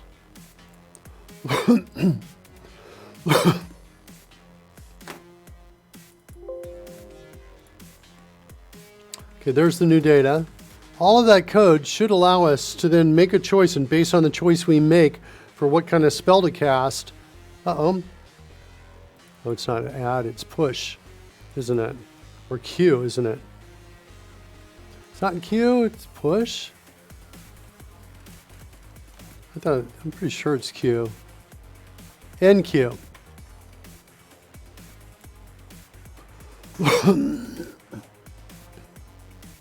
So this is cool, right? We're making changes to the script behind the scenes. We're putting up some UI that says ask what's the damage type, which is part of what the spell does. Based on that, we're going to change the special effect, including if we choose 32, which is lightning, we should see a couple of those things go right there when we execute Dragon's Breath on the cast there. Lee McLovnuts. Okay, initialize player data.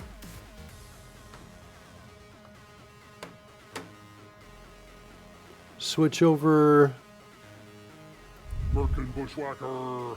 click on Dragon's Breath. Actually, I'll do it up here so you can see it. Here comes the piece. So if we do like fire, why am I not seeing that? We go right to a wild magic check. We should have seen the effect. Am I seeing the others? It's like sometimes I'm seeing, there's that one.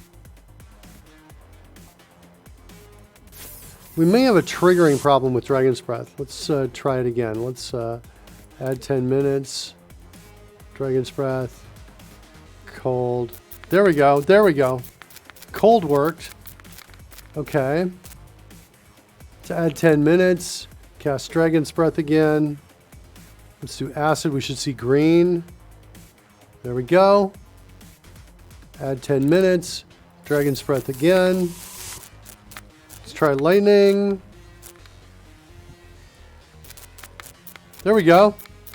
Got him. Cast bolt.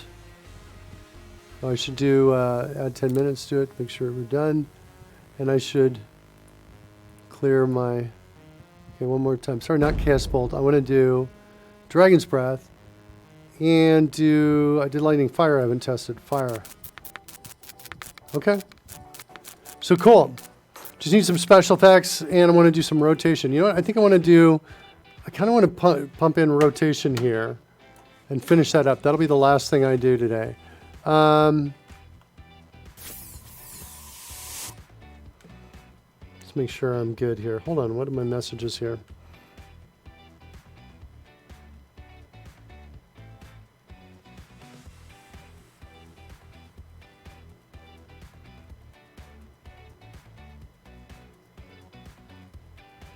Okay, I look good. I think I'm clear to continue to finish this up here. All right, so we want to take our animation effect, this kid right here, and I want to now add in our rotation and scaling that we had before. So let's look at that. All right, let's start making the changes we need here. So duplicate this line, call this scale. Let's set this equal to 1. Let's duplicate it again. We're going to call this rotation. Set that to 0. Let's make another one, call it auto rotation. Set that also equal to 0. So that can give us the auto rotation we want, scaling. I'm not flipping.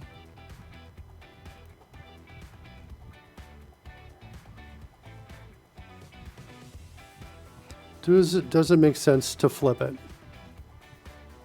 Just for a more random kind of a look here to change it up. I think I'm going to say no for now. All right, so I've added scale, rotation. Yeah, I'm going to go in horizontal flip. And while I'm at it, I'm going to do a vertical flip too.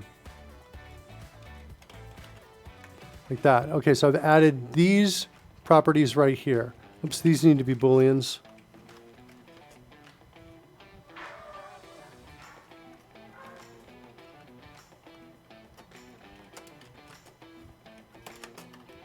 Okay. So that's animation effect on this side. Down in the TypeScript side, let's go find that. Uh-oh. I don't have animation effect down here. That's not good.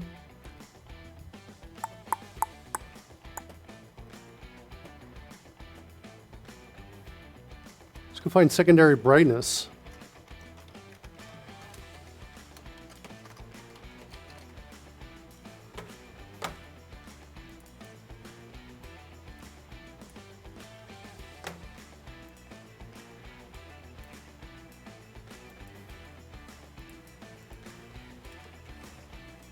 Just grabbing it from the DTO.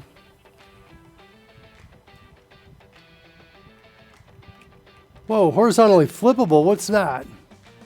Oh, it's for these special pieces here.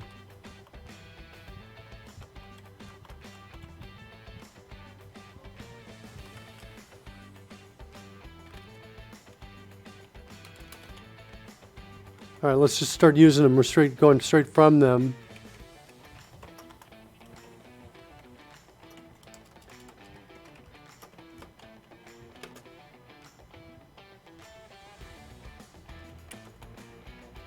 Do I have a flip vertically as an option inside of here? I do not.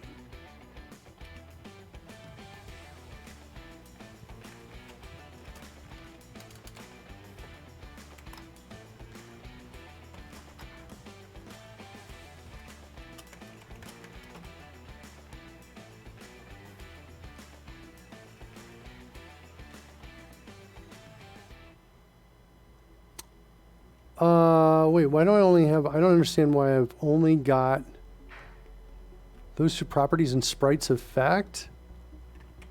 What's happening here? Lifespan MS and scale?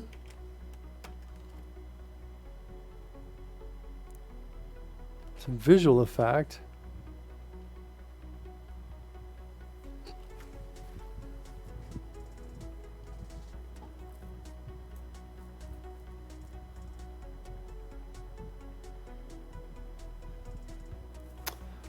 Okay. I think these should all be public.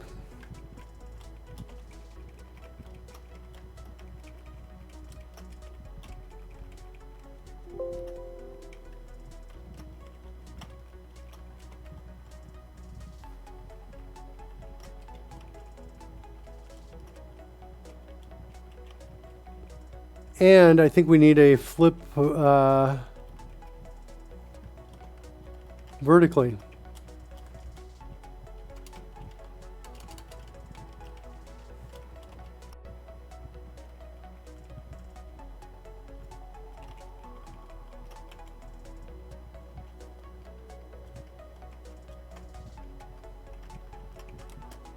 Okay, there's our flip vertically. We also need auto rotation in here as well.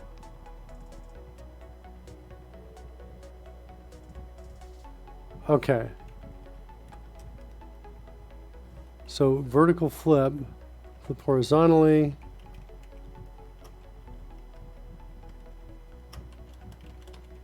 So that means I now have an additional parameter here, flip vertically. There we go.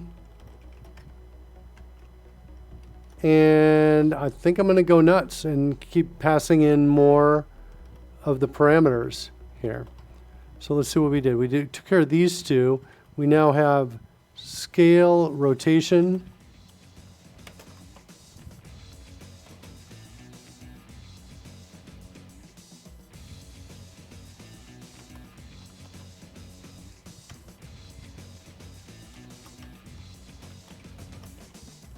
Scale, rotation, auto rotation. Is that it?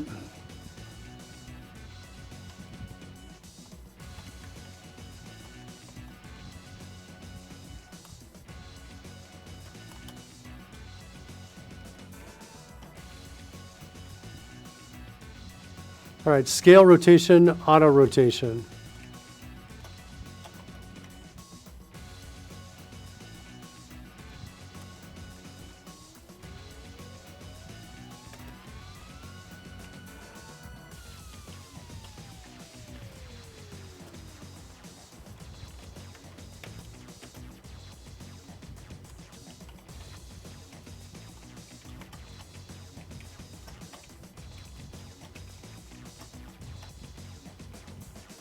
Scale is equal to 1. Rotation is equal to 0. And auto rotation is equal to 0. Well, I already have scale in here. I'm going to do that. Okay. So we've got scale set up there. Rotation is equal to this dot rotation. Sprite dot auto rotation per degrees per second is equal to this dot auto rotation. Scale rotation, auto rotation. I think that's it.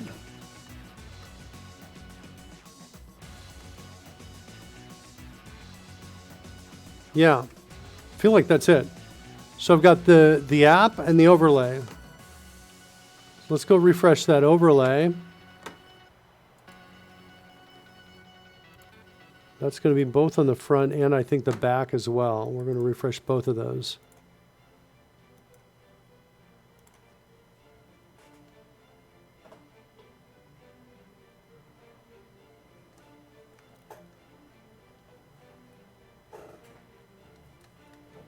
How are you thinking we say goodbye? In other words, if you're talking about a fanfare leads to an outro, you think about special fanfares when people leave?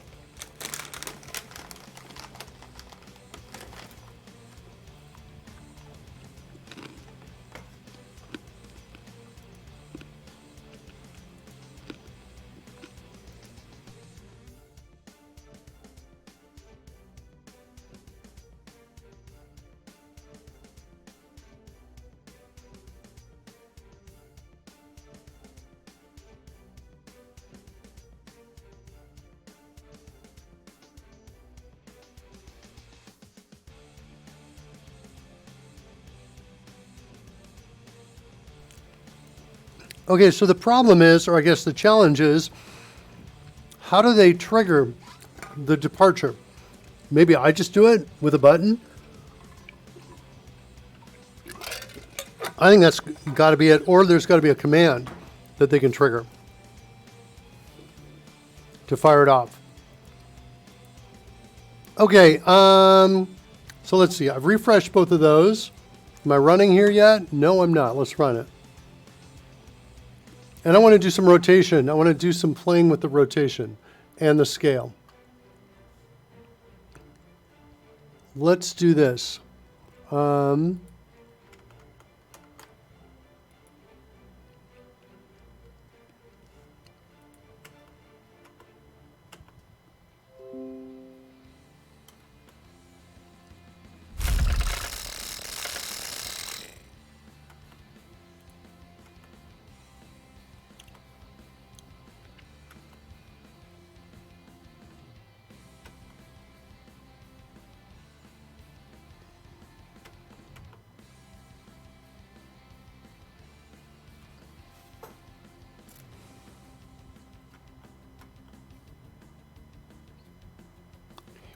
All right.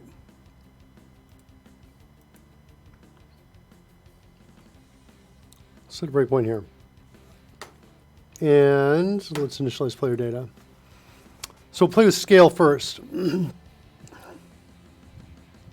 just going to gradually increase the scale of it. Merkin Bushwhacker. So when I cast Chaos Bolt, that's going to send some bonus pieces out. Here comes the roll.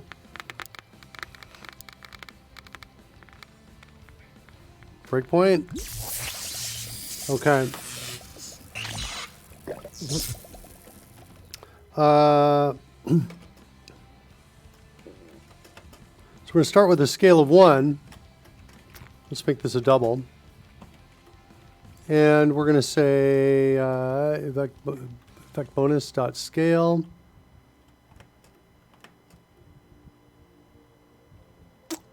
Oh, shoot. Hold on.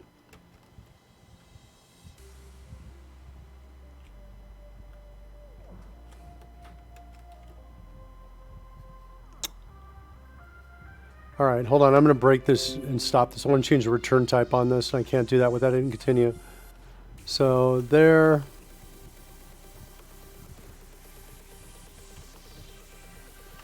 There. And here. Right, and I think that's it.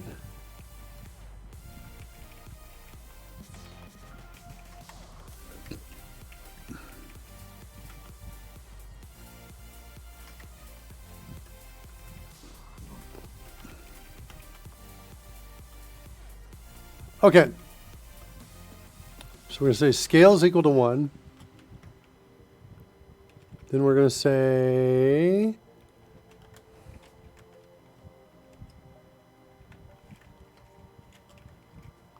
like that. Scale is equal to scale times 1.05, I think. Go up by 5% every time. Let's make it 10%. Let's make it 20% just so we can see it.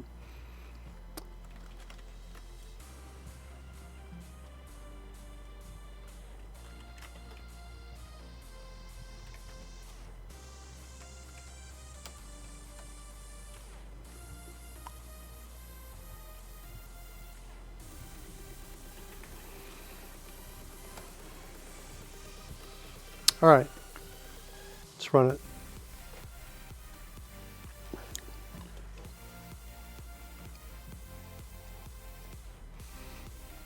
User could just say goodbye.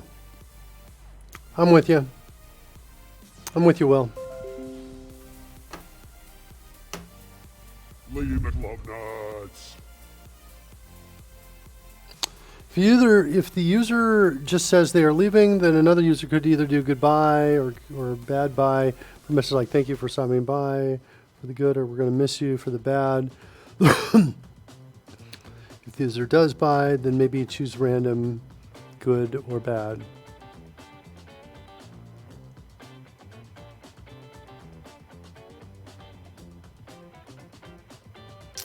Yes, definitely something to think about. Well, all right. Initialize player data.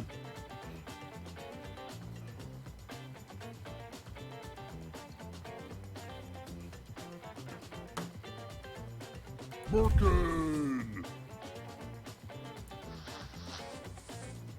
Roll attack.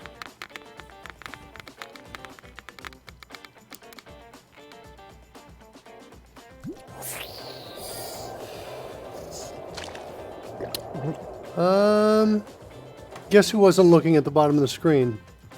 So I don't know if that's... Oh, I'm here. Good. So we haven't seen anything yet. Let's run it.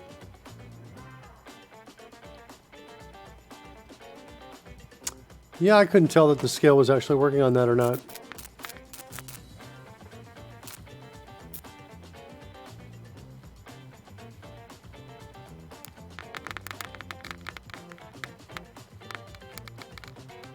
There we go.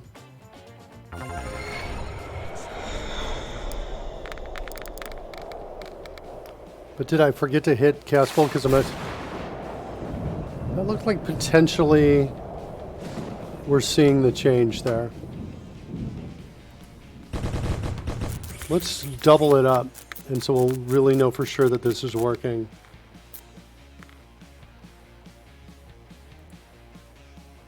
Here it comes.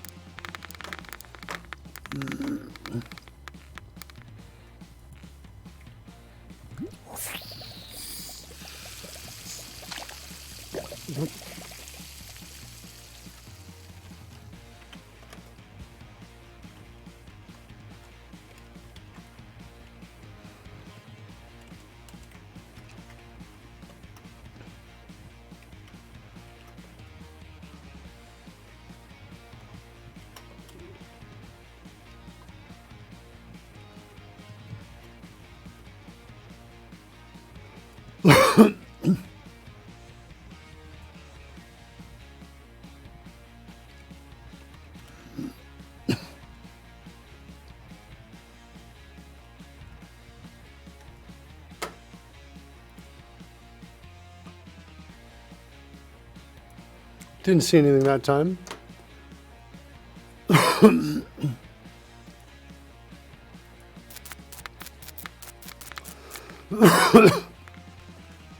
Right, here comes the attack roll.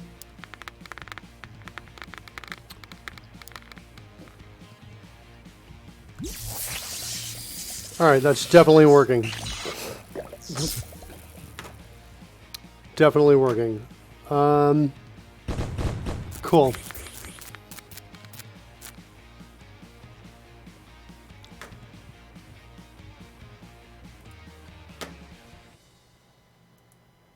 Now these are running so fast, I'm not sure if we can...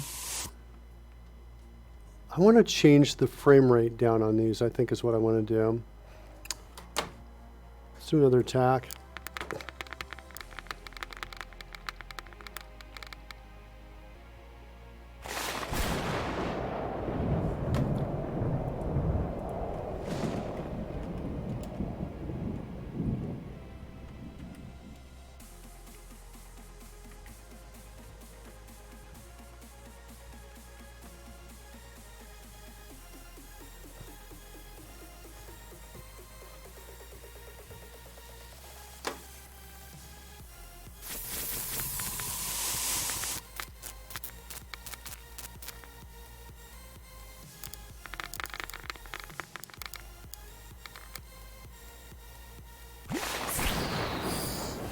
That works for me.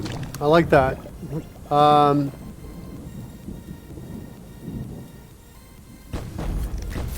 Let's change the frame rate.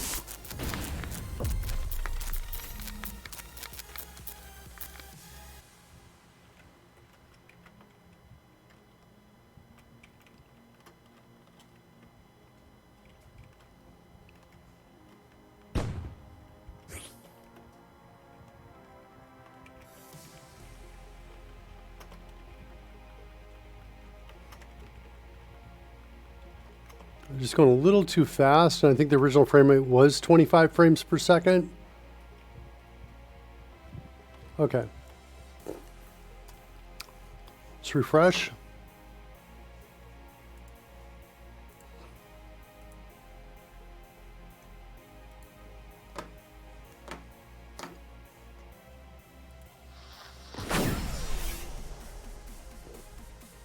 Initialize player data.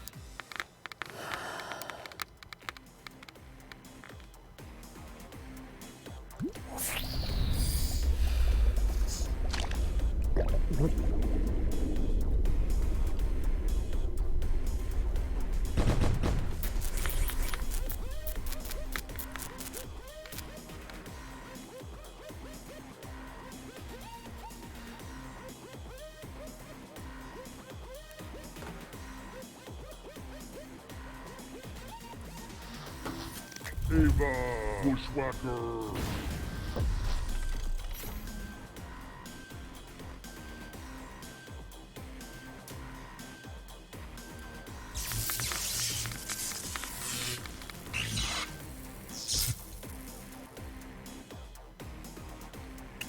I don't think I saw anything on that one. It's like sometimes I'm seeing them, sometimes I'm not. So as soon as I roll damage, I should see it. Did I just not see it? That time it works.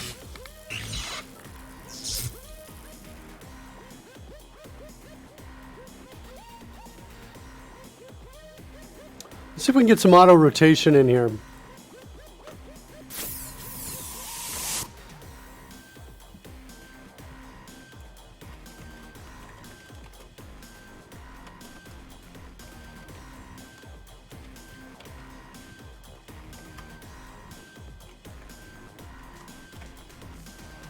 Let's say every second we want to go maybe 180 degrees.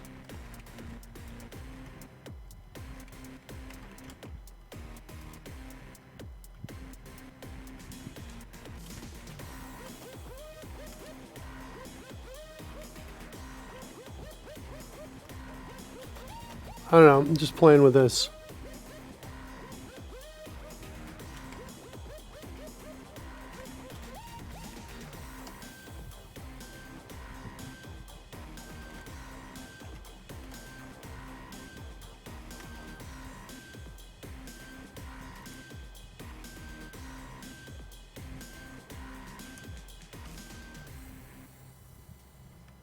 Try it again. I didn't see any rotation at all in that. Oh, because we don't set it for the first one. Hold on, I gotta set it for the first one.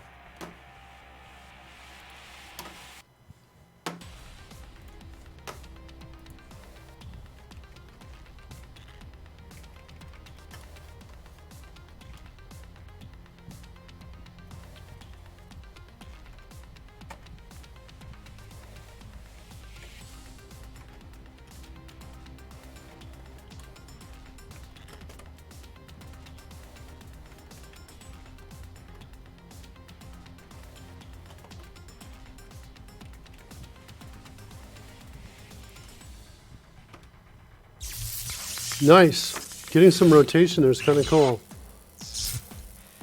Nice. Lightning lure, roll damage. I'm into it. Yeah. Message. Ray of Frost. Roll the attack.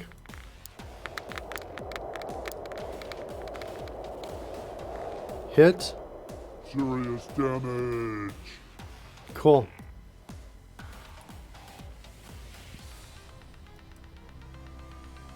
Roll the yeah, I'm into it. It's looking good. Tidal wave is purple. Roll the damage for tidal wave. Tidal wave needs some blue in it. All right, I think this will be the last thing I do, and then we'll send you out to see who else is out there streaming right now. Tidal wave right here.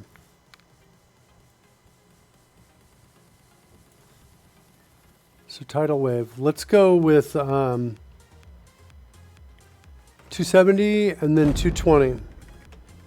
Like that. Let's go to 200 maybe. Like that. So we'll download.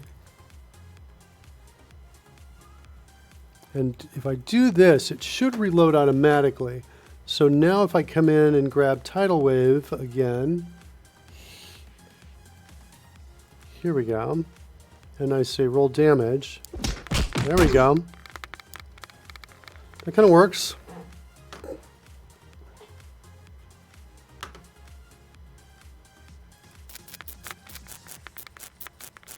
Chill touch. Here comes roll the attack.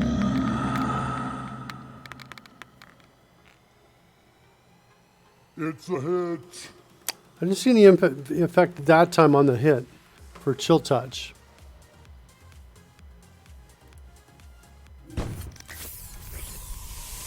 Try one more time. Roll the attack on chill touch.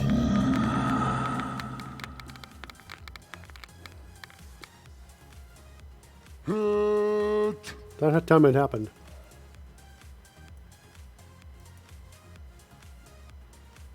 All right.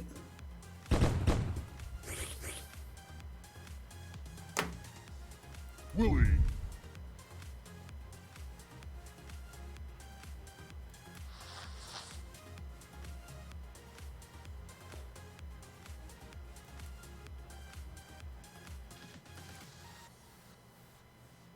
So I'm clicking on dancing lights.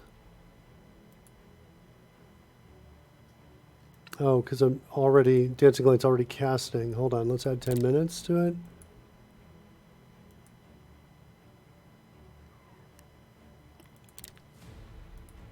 There we go.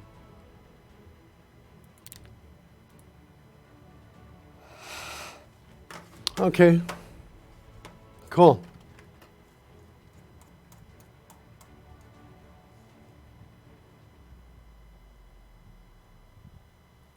Dancing lights. Let's give it some color too. So green, blue, 220. Purple would be 330. Like that.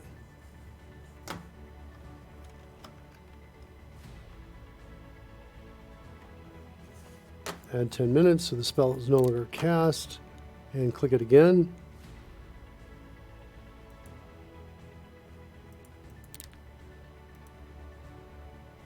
It's like I'm only seeing 2 here though for it.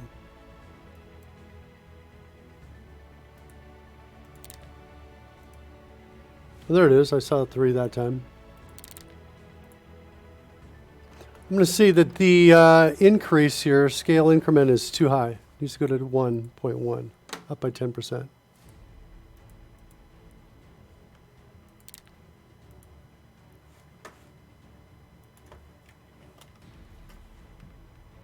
Auto rotation, we can drop this down to maybe 140.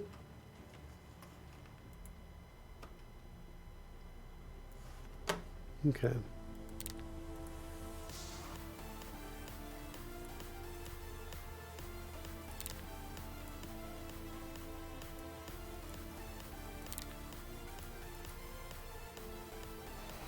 Yeah, it feels like it's working.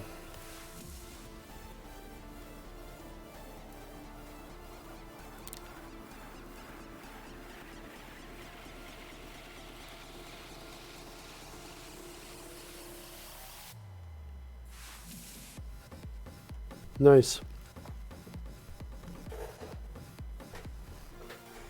Okay, let's see who's out there.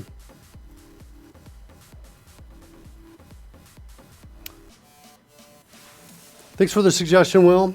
I will be thinking about that, how we can do that to honor our regulars.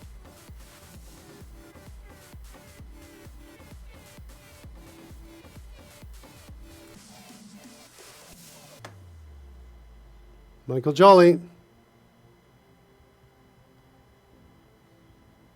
A lot of actually great streamers right now. Landon Lux is out there. Honest Dan Games is out there.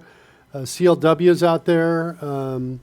So I'm going to send you to Michael because the guy's like one of my favorites out there. And but if you want to go somewhere else, by all means. Thanks, Will. You can get small enough where it completely fits in there. But I kind of like that. There's a good friend Michael right there. Look at him writing code.